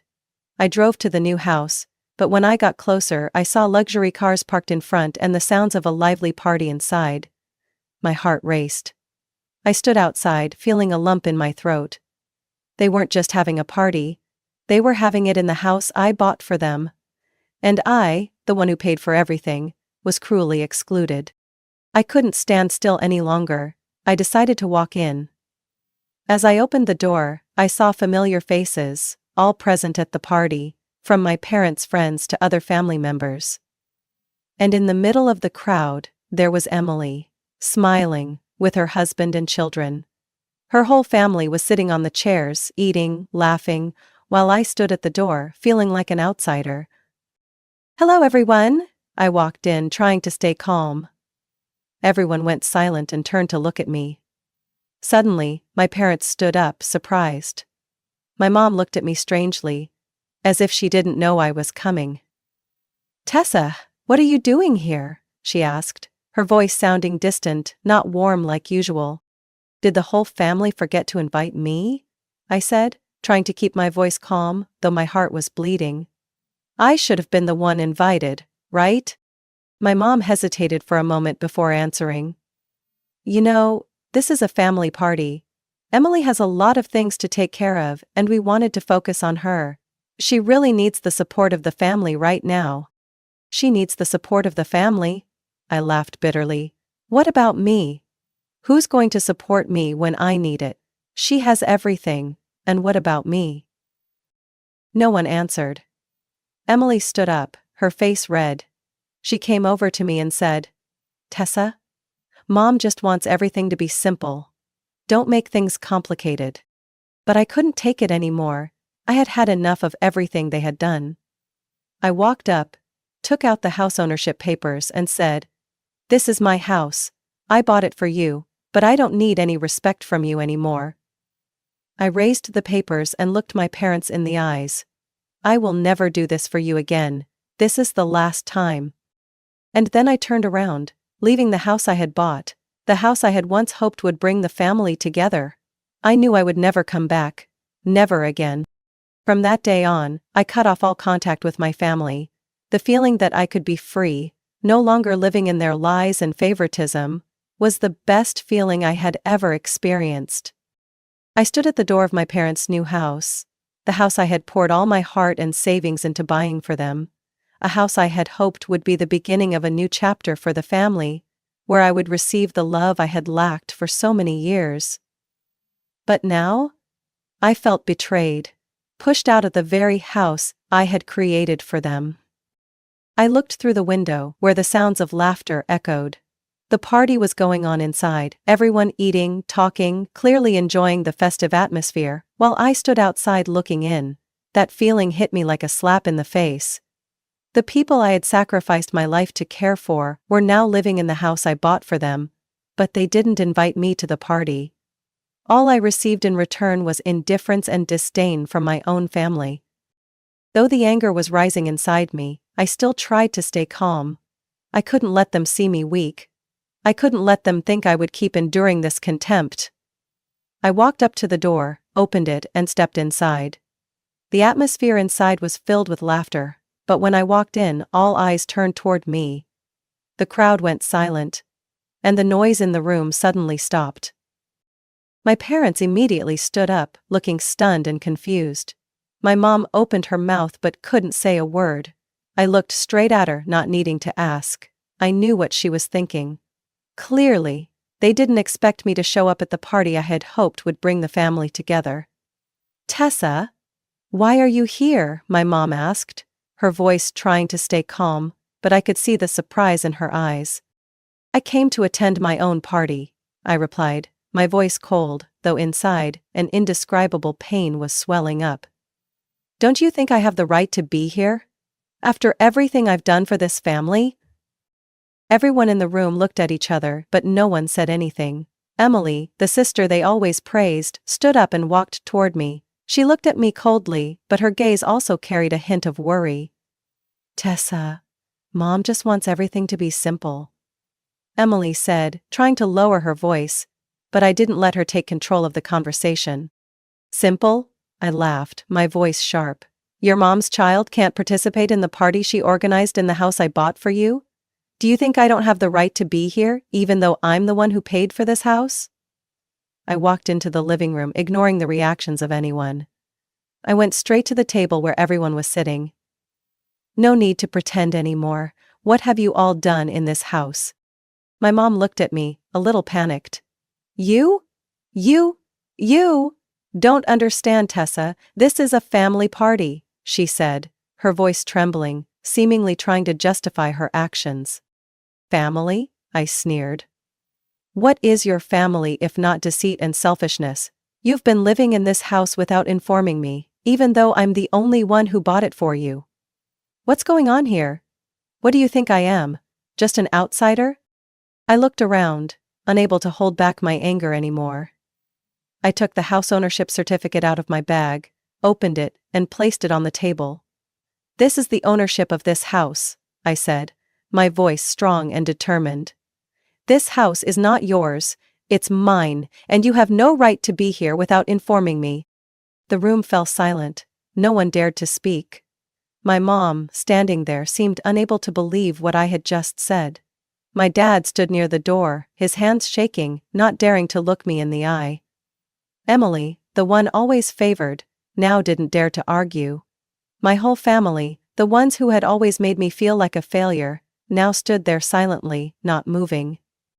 It's time, I said, my voice calm but full of power. I won't let you keep lying to me. You've lived in this house, eaten, and enjoyed yourselves without thinking about me. But now, you have to leave. I turned back to look at the people sitting in the room. All of you, I said, leave this house, right now.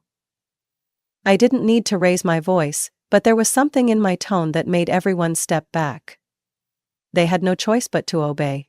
The party was no longer a warm gathering, it had turned into an unresolved conflict. The guests exchanged surprised glances, unsure of what to do. Emily and her husband James remained silent, lowering their heads. My mom looked at me with eyes full of pain, as if she had never seen her daughter so strong. And my dad, the man I once hoped would protect me, now just stood there, unable to say a word.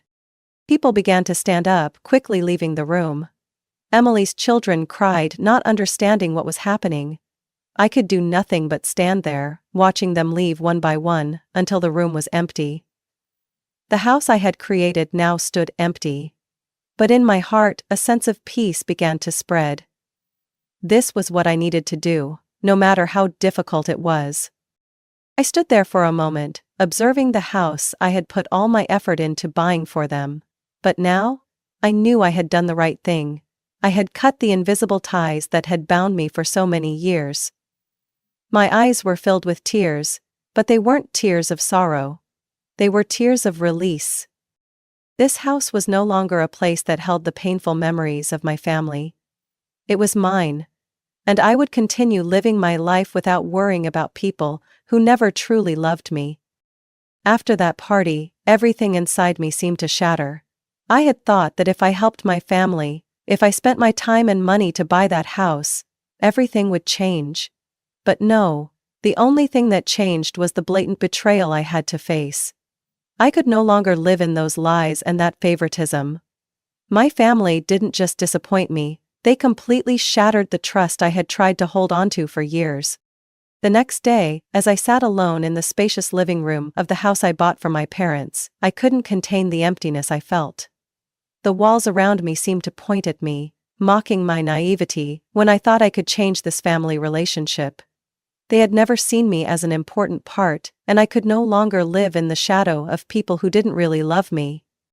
I no longer had the strength to keep giving to a family I knew would never give back.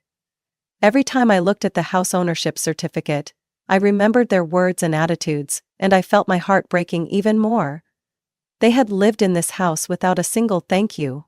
They ate, laughed, and enjoyed themselves without once thinking of me, the one who had done everything to give them a home. And now, holding the certificate in my hands, I knew I couldn't continue living in the shadow of this emotional neglect. I decided to cut off all contact with my family. I couldn't keep being manipulated. I couldn't keep giving them a chance to hurt me again. I was so tired of everything my family had brought into my life. Pain, disappointment, and the feeling of not being loved were all I got. What I gave them was nothing but unconditional sacrifice that was never repaid. My relationship with my family would never change. I had realized that I couldn't live this life forever, waiting for their acceptance. Change couldn't come from just one side, and I was exhausted from trying to change them. I couldn't keep living in a family where love and care were only given to one person. It was time for me to cut everything off. I made one final decision. I would sell the house. I no longer wanted anything from this family. I didn't need their fake care anymore. This house, even though it was a gift I had poured my heart into, couldn't replace the love I truly needed. It was just a burden, a constant reminder of the failures in the family relationship I couldn't change. It was time to escape all of that and find freedom for myself. When I decided to sell the house, a sense of relief washed over me. It felt like a huge weight had been lifted off my shoulders. I no longer had to worry about pleasing them, or trying to change what couldn't be changed. I was left with just myself, and I decided not to let my family control my life anymore. I called a real estate company and asked them to help me sell the house. The process went much faster than I expected. The house was sold and I felt relieved.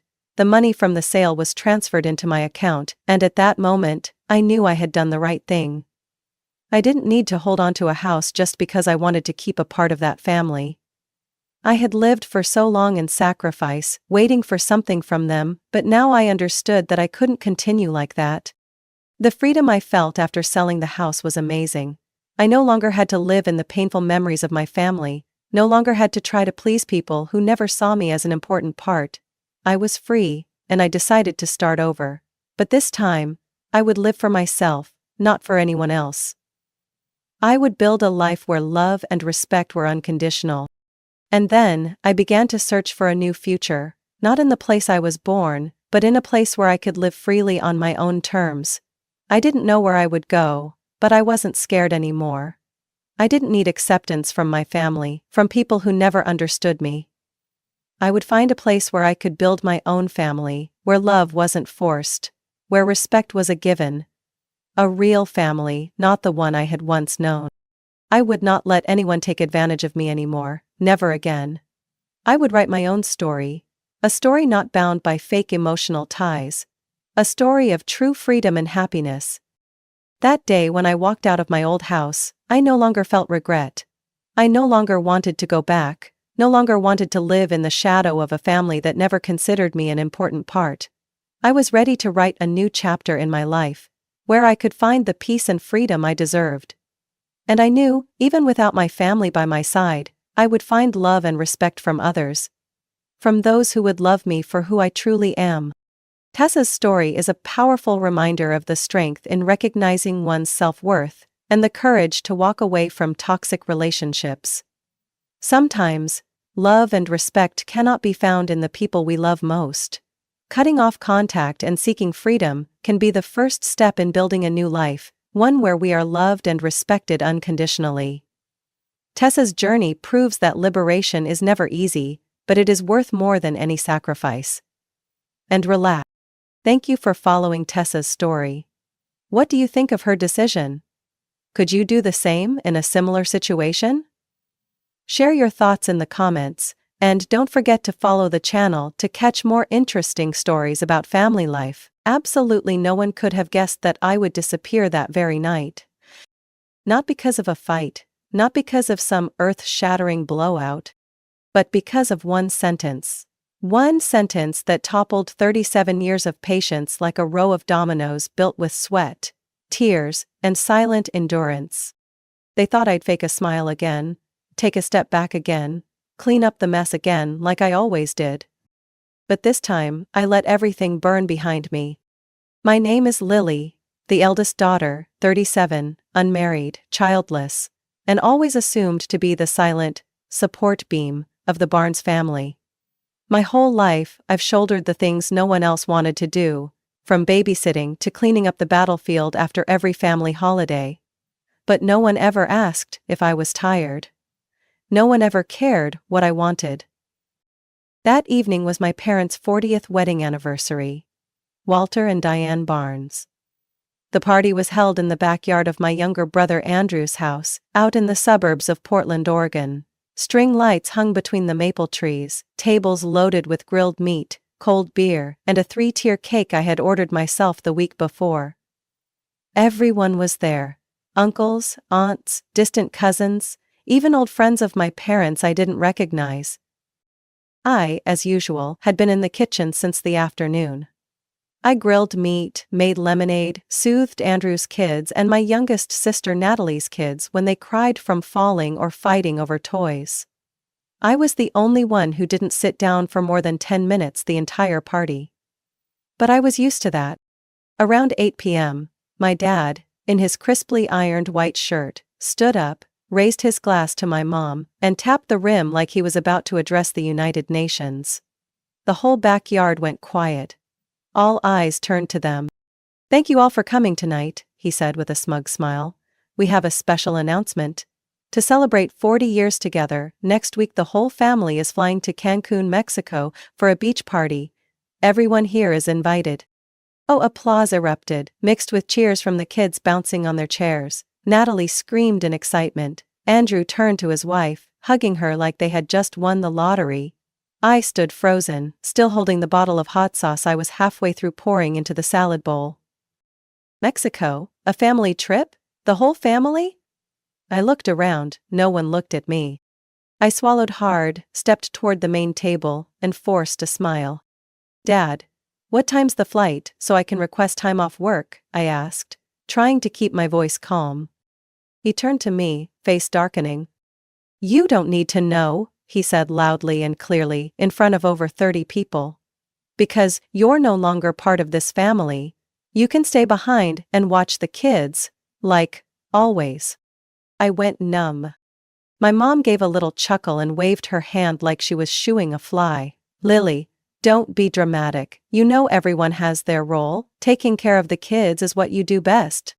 No one protested, no one defended me. Andrew looked down at his wine, Natalie pretended to be on her phone. Everything blurred around me. I don't even remember when I put the hot sauce bottle down. My throat tightened like something was strangling me from the inside. I only remember stepping back a few steps, then turning around and walking straight into the house. Ignoring the faint voice behind me. "Lily, are you okay?" Natalie's voice, weak and far too late. I didn't answer. The door slammed shut behind me with a sharp crack. I didn't look back. I didn't cry. I didn't beg. I walked to the front yard where my car was parked, under dim streetlights and the crisp air of an autumn night. My hands trembled as I slid the key into the lock, but inside me, something had never been more certain. I was leaving this place. Without a word, without a trace, and this time, I wasn't coming back. I didn't sleep that night. I didn't turn on the lights, didn't play music, didn't speak. Only the sound of tires from afar drifted in from the street in front of the apartment complex where I rented an old unit. A place I had once called a temporary stop, between rescuing the family again and again. But this time, I knew. There would be no next time. I sat on the edge of my bed, phone face down, the screen as dark as my mood. No messages. No calls. No apologies. They were probably still partying, still laughing, still talking about swimsuits for a trip I was never invited to.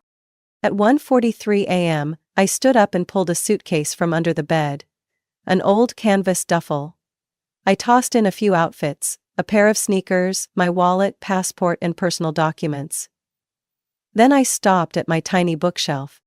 I hesitated over a red notebook. Inside were sketches and design ideas I once dreamed up back when I was in college, studying interior design, before I dropped out to take care of my mom during one of her dramatic colds, which was really just a bad flu and a flair for theatrics. I took the notebook. Not because I had hope, but because I needed to remember I once had a dream.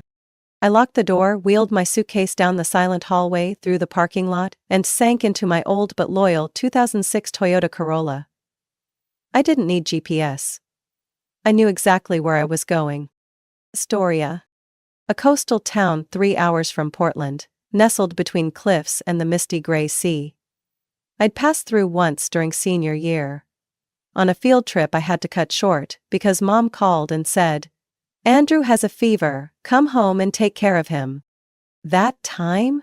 I only stood on the bridge over the Columbia River for less than 5 minutes, but the image of that small, wild, cold city, where no one knew who I was, still lingers in my mind to this day.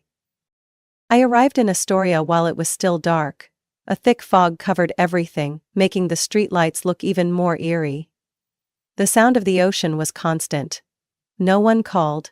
No one asked where I was. I turned off my phone. I drove around for a while before stopping in front of a bar called the Rusty Anchor. The sign was peeling, and above it hung a small board that read, "Room for rent, cash only." I knocked on the door at 6:10 a.m. A short man with barbed wire-like facial hair, wearing a shirt with a few buttons undone, opened the door. He looked me up and down and then said, without asking my name, "Cash only?" I nodded. The room he showed me was on the top floor, accessed by a narrow staircase with a cracked wooden railing. The room was just big enough for a single bed, a sink, and a small window that looked out over an alley filled with trash cans and empty beer boxes. I set my suitcase on the floor, locked the door, and then sat down heavily on the bed. The mattress sank deep, the smell of dampness surrounded me, but I didn't care. No laughter, no children crying, no "Lily, did you go to the market yet?" or "Lily, take Natalie to school." No one needed me. And strangely, for the first time in years, I felt light. I closed my eyes. I didn't sleep. I just let myself drift between the feelings of emptiness and freedom, two things that had never coexisted within me before. That afternoon I walked downtown. I rolled up my sleeves to cover the faded ink stains on my arms, a reminder from my younger days when I wanted to tattoo my own name so no one could erase it. But then my mom found out, and forced me to get it removed. I walked along the harbor road, listening to the distant sound of ship horns, the wind blowing hard, messing up my hair. I asked a few people about work. No one asked too many questions, no one judged where I was from. At a coffee shop called Dockside Joe's, a woman with curly hair and a t-shirt with an octopus print pointed toward the counter and said, "If you know how to wash glasses, wipe tables, and handle rock music, I'll hire you." No resume. No reasons. I smiled and nodded. Within 12 hours of being cast out from the family, I had left everything behind. I didn't leave a note. Didn't look back. And I knew they wouldn't look for me. At least, not because they missed me. They only remembered me when they needed someone to clean up after every party. I started working at Dockside Joe's the next morning when it was still foggy and the smell of salt from the sea still lingered in every gust of wind. The coffee shop was perched on the dock where fishing boats had been arriving since early morning, and fishermen quietly dragged their wet boots across the old wooden floor to get their first cup of coffee. I had no serving experience and I wasn't used to the chaotic calls and the sound of the coffee grinder mixed with the banging from the kitchen. On my first morning I spilled 2 lattes, gave the wrong bill to a tattooed man, who glared at me like I had insulted his entire family. I almost cried when I broke the only tall glass in the shop. "Calm down, Lily, everyone here has broken their first glass," Sheila, the short-haired cashier with a hoarse voice like old rock music, said when I was nervously holding the broom. "They only remember you if you break the 10th one." I laughed, the first time since leaving home. Sheila was around 40, unclear whether she was divorced or just didn't believe in marriage. She smoked like it was second nature, swore more than anyone I'd ever met, but she was the only one who talked to me without pity. She didn't ask where I was from, didn't wonder why I quietly wiped tables until I was exhausted. She just pushed a croissant toward me when I forgot to eat breakfast, and said, "If you pass out here, I'm not carrying you. My back's not like it was when I was 20. 3 weeks later I had gotten into the rhythm. No more shaking hands when stacking glasses. No more fear of the kitchen boss Harold's scowls. I woke up at 5 in the morning, worked until noon, took an hour's break, and then worked the afternoon shift. At night, I wandered the small town. Astoria was still cold, still damp but not suffocating. No one called my name when I lay down. No one asked me to sacrifice one more time for the family. One late afternoon, when walking past a small pawn shop tucked in an alley behind the train station, I saw it. An old Canon camera, scratched lens, faded strap. I stood frozen in front of the display case. Next to it were broken guitars, a few dead watches, and a cassette player that seemed to be from my grandfather's time. The shopkeeper, an old man with thick glasses and chewing a peppermint, looked at me and said, "You into photography?" I shook my head, but my eyes were still fixed on the camera. "Give it a try. It used to be the joy of many people." I didn't say anything, just pulled out a few bills from my wallet. That camera became the most expensive thing I'd bought since leaving Portland. That night, I sat on the roof behind the bar where I rented the room, holding the old camera, my heart racing as I took my first shot. The streetlight shining through bare tree branches. The photo was blurry, but somehow, I kept it. The next day, I brought the camera to the shop. When Sheila saw it, she scoffed. "Another dreamer?" I shrugged. Better than burying myself in resentment. She looked at me longer than usual, then nodded. "You should photograph the dock at dawn. The cranes look like steel monsters, ugly but impressive." That night, I did as she suggested. I went to the dock at 4 a.m, hands frozen, legs shaking from the wind, but I managed to take a few shots. Not beautiful, not edited, but real. Real, like me. No longer Lily from family parties, no longer the silent shadow wiping tables. One evening after my shift, Sheila shoved a small piece of paper into my hand. "My friend teaches an adult photography class at the community center. You should try. No one judges anyone there." I looked at the paper, a strange feeling stirred in me. Hope. I lifted my head and asked, "Why are you helping me?" Sheila shrugged. "Because I see something different in you, and I hate seeing people stuck when they could step out."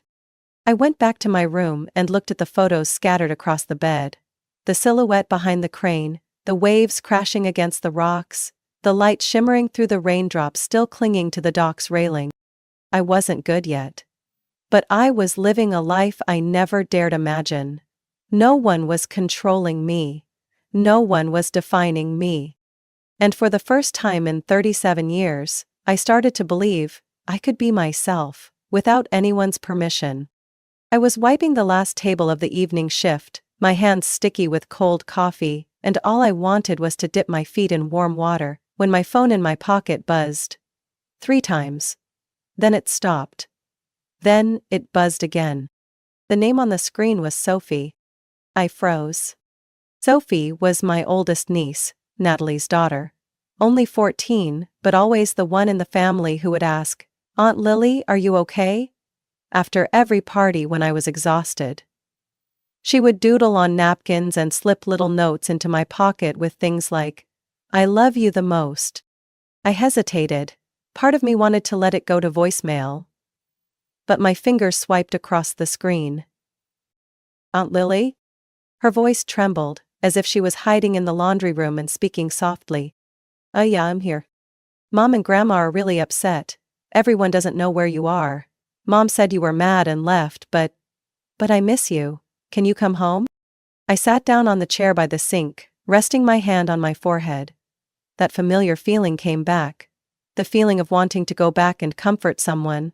To fix the holes in a family that was never complete. I swallowed hard. "Sophie. I can't. I have to go because if I don't, I'll lose myself too." There was silence on the other end for a long time, then she whispered, "I won't tell anyone, but I hope you'll be happy." I bit my lip, thanked her, and hung up. My hands were shaking. Not because I was scared, but because I missed them. But that longing wasn't strong enough to pull me back into the old cycle. The next evening, when I was lying in bed, the ceiling fan creaking above me and the sound of rock music from the bar downstairs, seeping into my heart like waves, my phone rang again. This time it said, "Mom calling."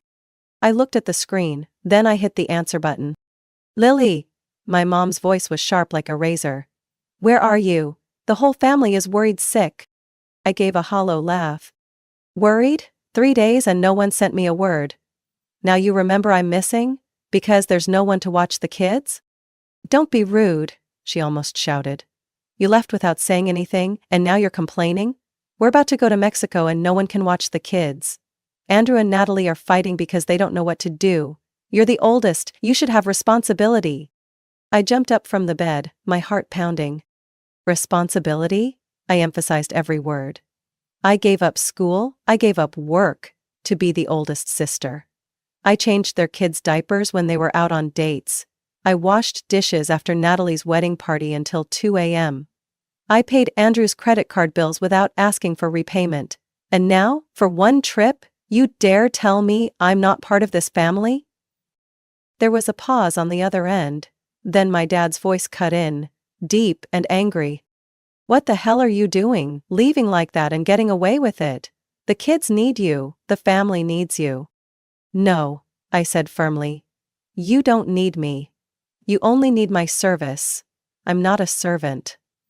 I'm no longer that 18-year-old girl who gritted her teeth and endured. I've left. And I won't come back. You're so selfish, Lily, my mom hissed. You'll regret this. No. I'll live, for the first time in my life, without patching up the cracks of the whole family. I hung up before I heard any more. The phone dropped onto the pillow, the screen stayed lit for a moment, then went dark. My hands were cold, my heart pounding so hard I could hear every beat. But I wasn't scared. I felt light, like finally taking off a worn-out suit of armor that had weighed on my shoulders my whole life. The next morning I walked into the shop, my eyes still red, but my back straight, my chin lifted high. Sheila looked at me, squinting. You look like you just fought a bear. More like a mother bear, I exhaled. But I won.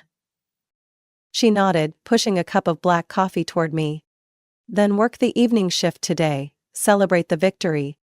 I smiled. And agreed. That evening, Sheila shoved a folded piece of paper into my hand, the writing in black marker, crooked but clear.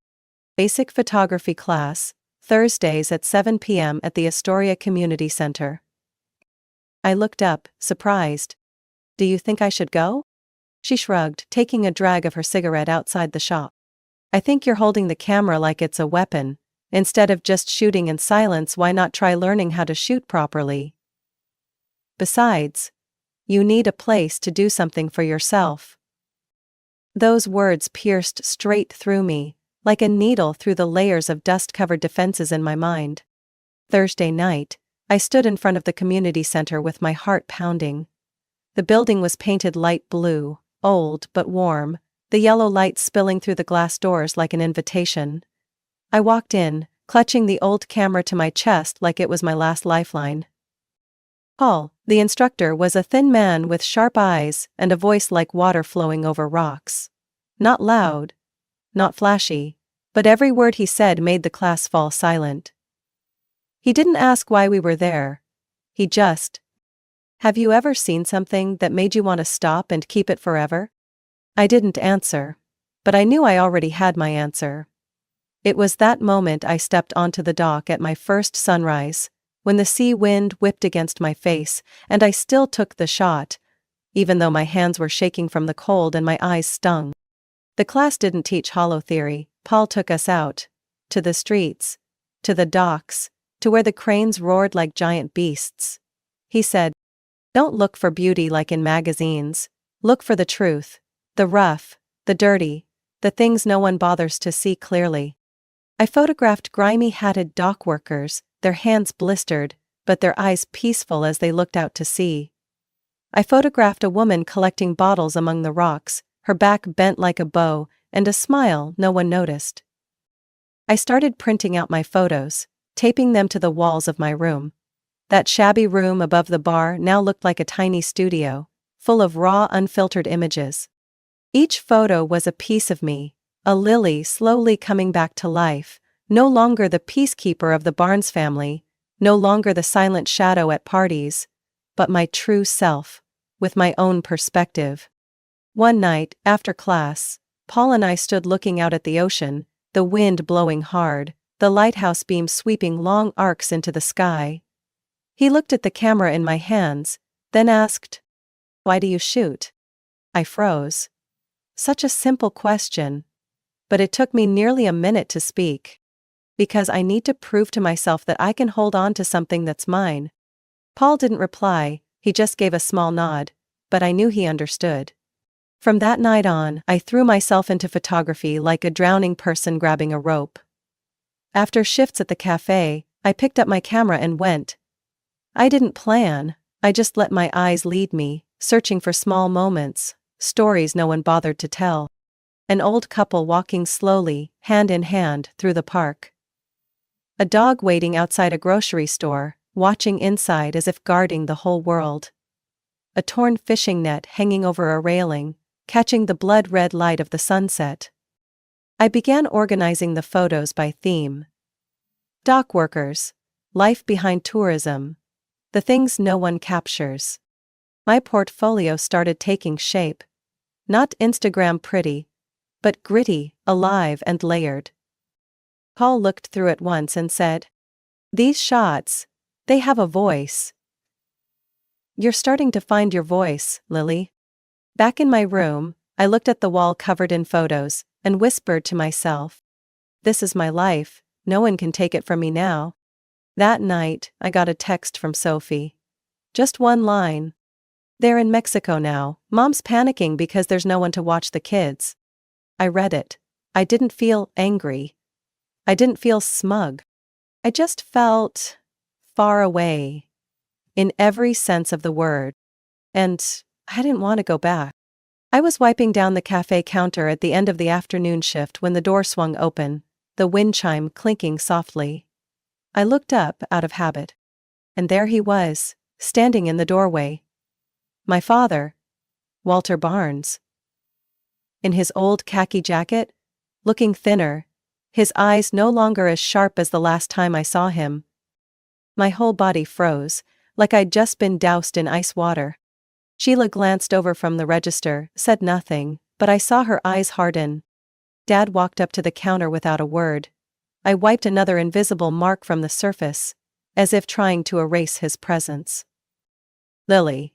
His voice was low, hoarse, and absent of the usual authority. "We need to talk." I nodded, pointing toward a corner table, the small one near the window, where no one paid much attention. I poured 2 cups of black coffee, no sugar, no cream, just the way he'd always had it. When I set the cup down on the table, I didn't sit right away. I looked at him, my voice cold as steel. "Talk." He cleared his throat, avoiding my eyes. "Mexico didn't go as planned. Everything was a mess. No one would watch the kids. Andrew and Natalie were fighting, your mother was freaking out." He paused. "The trip was cancelled." I stayed silent. "The whole family is trying," he repeated, as if trying to convince himself. "But no one can do it like you. We need you to come back." I held back a bitter laugh. "Ah, I see. You need me because it's convenient, not because you miss me, not because you care, just because there's no one to babysit or clean up." My dad looked at me, awkward. "That day, at the party, your mother said too much." I didn't mean, "You're no longer part of this family." I repeated it word for word, each one sharp. "You said that. In front of dozens of people. In front of my nieces and nephews I love." He pressed his lips together, his hand gripping the coffee cup. I sat down, leaned back in the chair, let out a long breath, then spoke softly but clearly. "I'm not coming back. I'm not little Lily anymore, the one this family can summon at any time, ask anything of, without a thank you." "But," he started to object. "Don't you see?" I cut him off. "I had to leave just to breathe. Just to find out who I am outside of being the one who fixes everything." He looked at me, for the first time, really looked. No anger, no yelling, just nothing left to say. I opened my canvas bag and pulled out a stack of photos, ones I'd printed 2 days ago to submit for Paul's class. I quietly placed them on the table. "Look." He picked one up. The dock at sunrise, golden light hitting the bare backs of workers unloading cargo. Another one. a crane rising into the gray sky. The angle so sharp it looked like it could crush the world. I didn't say anything more. The photos spoke for me. "You took these?" he asked, so softly I almost didn't hear. "Yes, every single one. No one told me what to shoot, no one edited behind my back, I did it my way, and people see value in that." He nodded, slowly, heavily. I stood up. "Coffee's done, you can go now." He took a sip, set the cup down. He didn't look at me, but his voice trembled. "Your mother still doesn't understand, but maybe I'm starting to." I looked at him. Not with anger. Not with forgiveness. Just calmly. "Vince, I don't need you to understand everything. I just need you to stop pulling me back to a place I no longer belong." He nodded. No arguing, no begging, just quietly pulled out his wallet, laid a bill on the table and stood up, gently placing the stack of photos back into my hands. "Keep going. If this is who you are, then I wish you luck." I didn't reply. I just watched his figure walk out of the cafe, shoulders smaller, back no longer bearing the weight of head of the family. Just a father, realizing for the first time that he no longer had control over his daughter. Sheila walked over, laid a towel on the counter, and asked quietly, "That was him?" "Yeah. Looks like you didn't let him crush you this time." I smiled. "This time, a real one. There won't be another time." I walked toward the back door, where the afternoon light hit the rusted sign that read, "Dockside Joe's." In my hand was my old camera, still warm from the unfinished shoot earlier. I raised it, aimed at the sky now turning red-orange. I clicked snap. I had just kept another moment that was mine. A week after that meeting with my dad, I still wasn't completely calm. But the camera didn't let me stay still. I dove into photography like an addiction. Early mornings, I trudged to the docks while the fog still clung to the fish crates. Late afternoons, I waited to catch the moment sunlight passed through the broken windows of abandoned warehouses. I photographed things I never used to have time for, or more truthfully, was never allowed to care about. Sheila was the first to notice. "You shoot like if you don't hit the shutter in time the whole world's gonna disappear," she said, pouring coffee while glancing at a freshly printed photo of mine. An old man with silver hair sitting alone beside a graffiti-covered wall. "Because I'm scared it really will," I replied, more honestly than I expected. A few days later, Sheila tossed a wrinkled flyer into the pocket of my apron. "Local photo exhibition. Theme, the city and its fragments." Paul sent it over. "Submit something," she shrugged. "Doesn't matter if you win, just show up." "I'm not good enough." "Good or not, the photos taped all over your room aren't gonna answer that. But if someone looks at one and feels something, then that's a photo that matters." That night, I brought my portfolio to class, palms slick with sweat. Paul looked through every shot, longer than usual. After flipping past the last one, an old photo I took at the 40th anniversary party, with my dad in the center and me cropped out halfway, he looked up. "That's the story. Don't leave it out." I blinked. "It doesn't fit with the others." "That's exactly why it belongs. You lived in that background your whole life. Now you're stepping out, let people see why." I named the series Roots and Wings. Roots, the place I grew up, the place I once believed was home.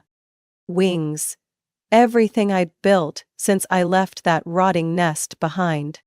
The exhibition was held in an old warehouse repurposed into an art space. Creaky wooden floors, warm yellow lights hanging from rough beams, the scent of paint and coffee mixing in the air. I walked in, heart pounding like thunder. Paul shook my hand and pointed to a corner wall where my prints were hung in simple wooden frames, evenly spaced. Sheila showed up right after me, dragging two friends with purple hair and ripped denim. "Look at that, your name right next to the word artist. Fancy, huh?" I blushed. "I just take pictures, I'm not an artist."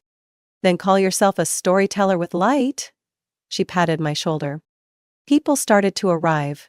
No one knew who I was. No one knew I used to scoop cat poop for my sister or wash dishes late into the night during family holidays. Here I wasn't the caretaker, the fixer. I was Lily. The one behind the lens.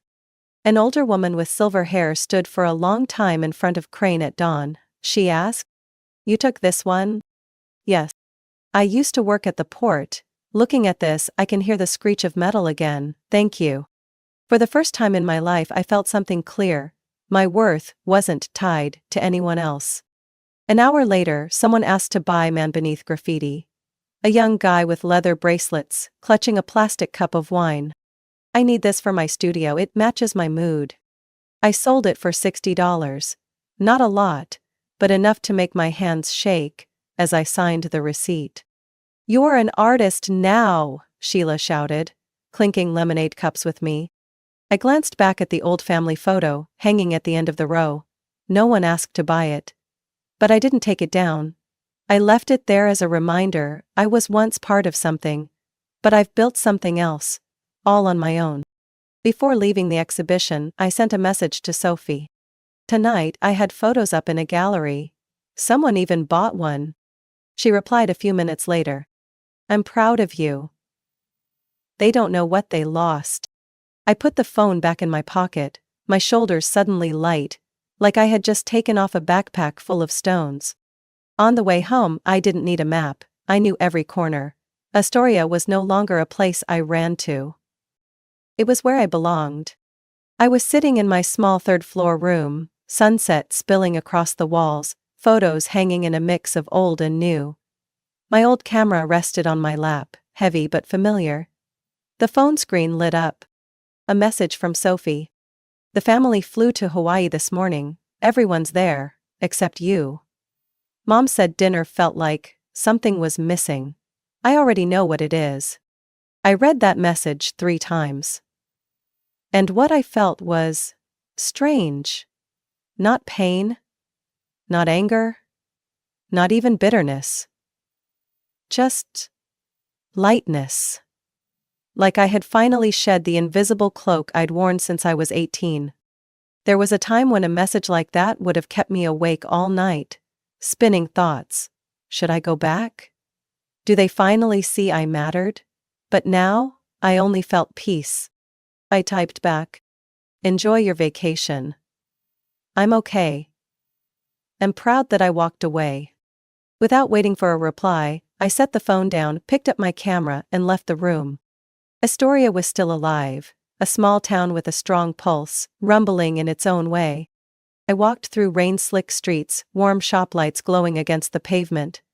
The bar below my room had music on again, the bass pulsed gently against my back, familiar, almost comforting. I no longer flinched at sound, I no longer ran from the noise.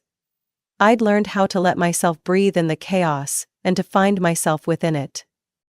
The dock was lighting up. I walked to the edge of the water, where fishing boats sat still like they were sleeping, ropes creaking in the cold sea wind. I raised my camera.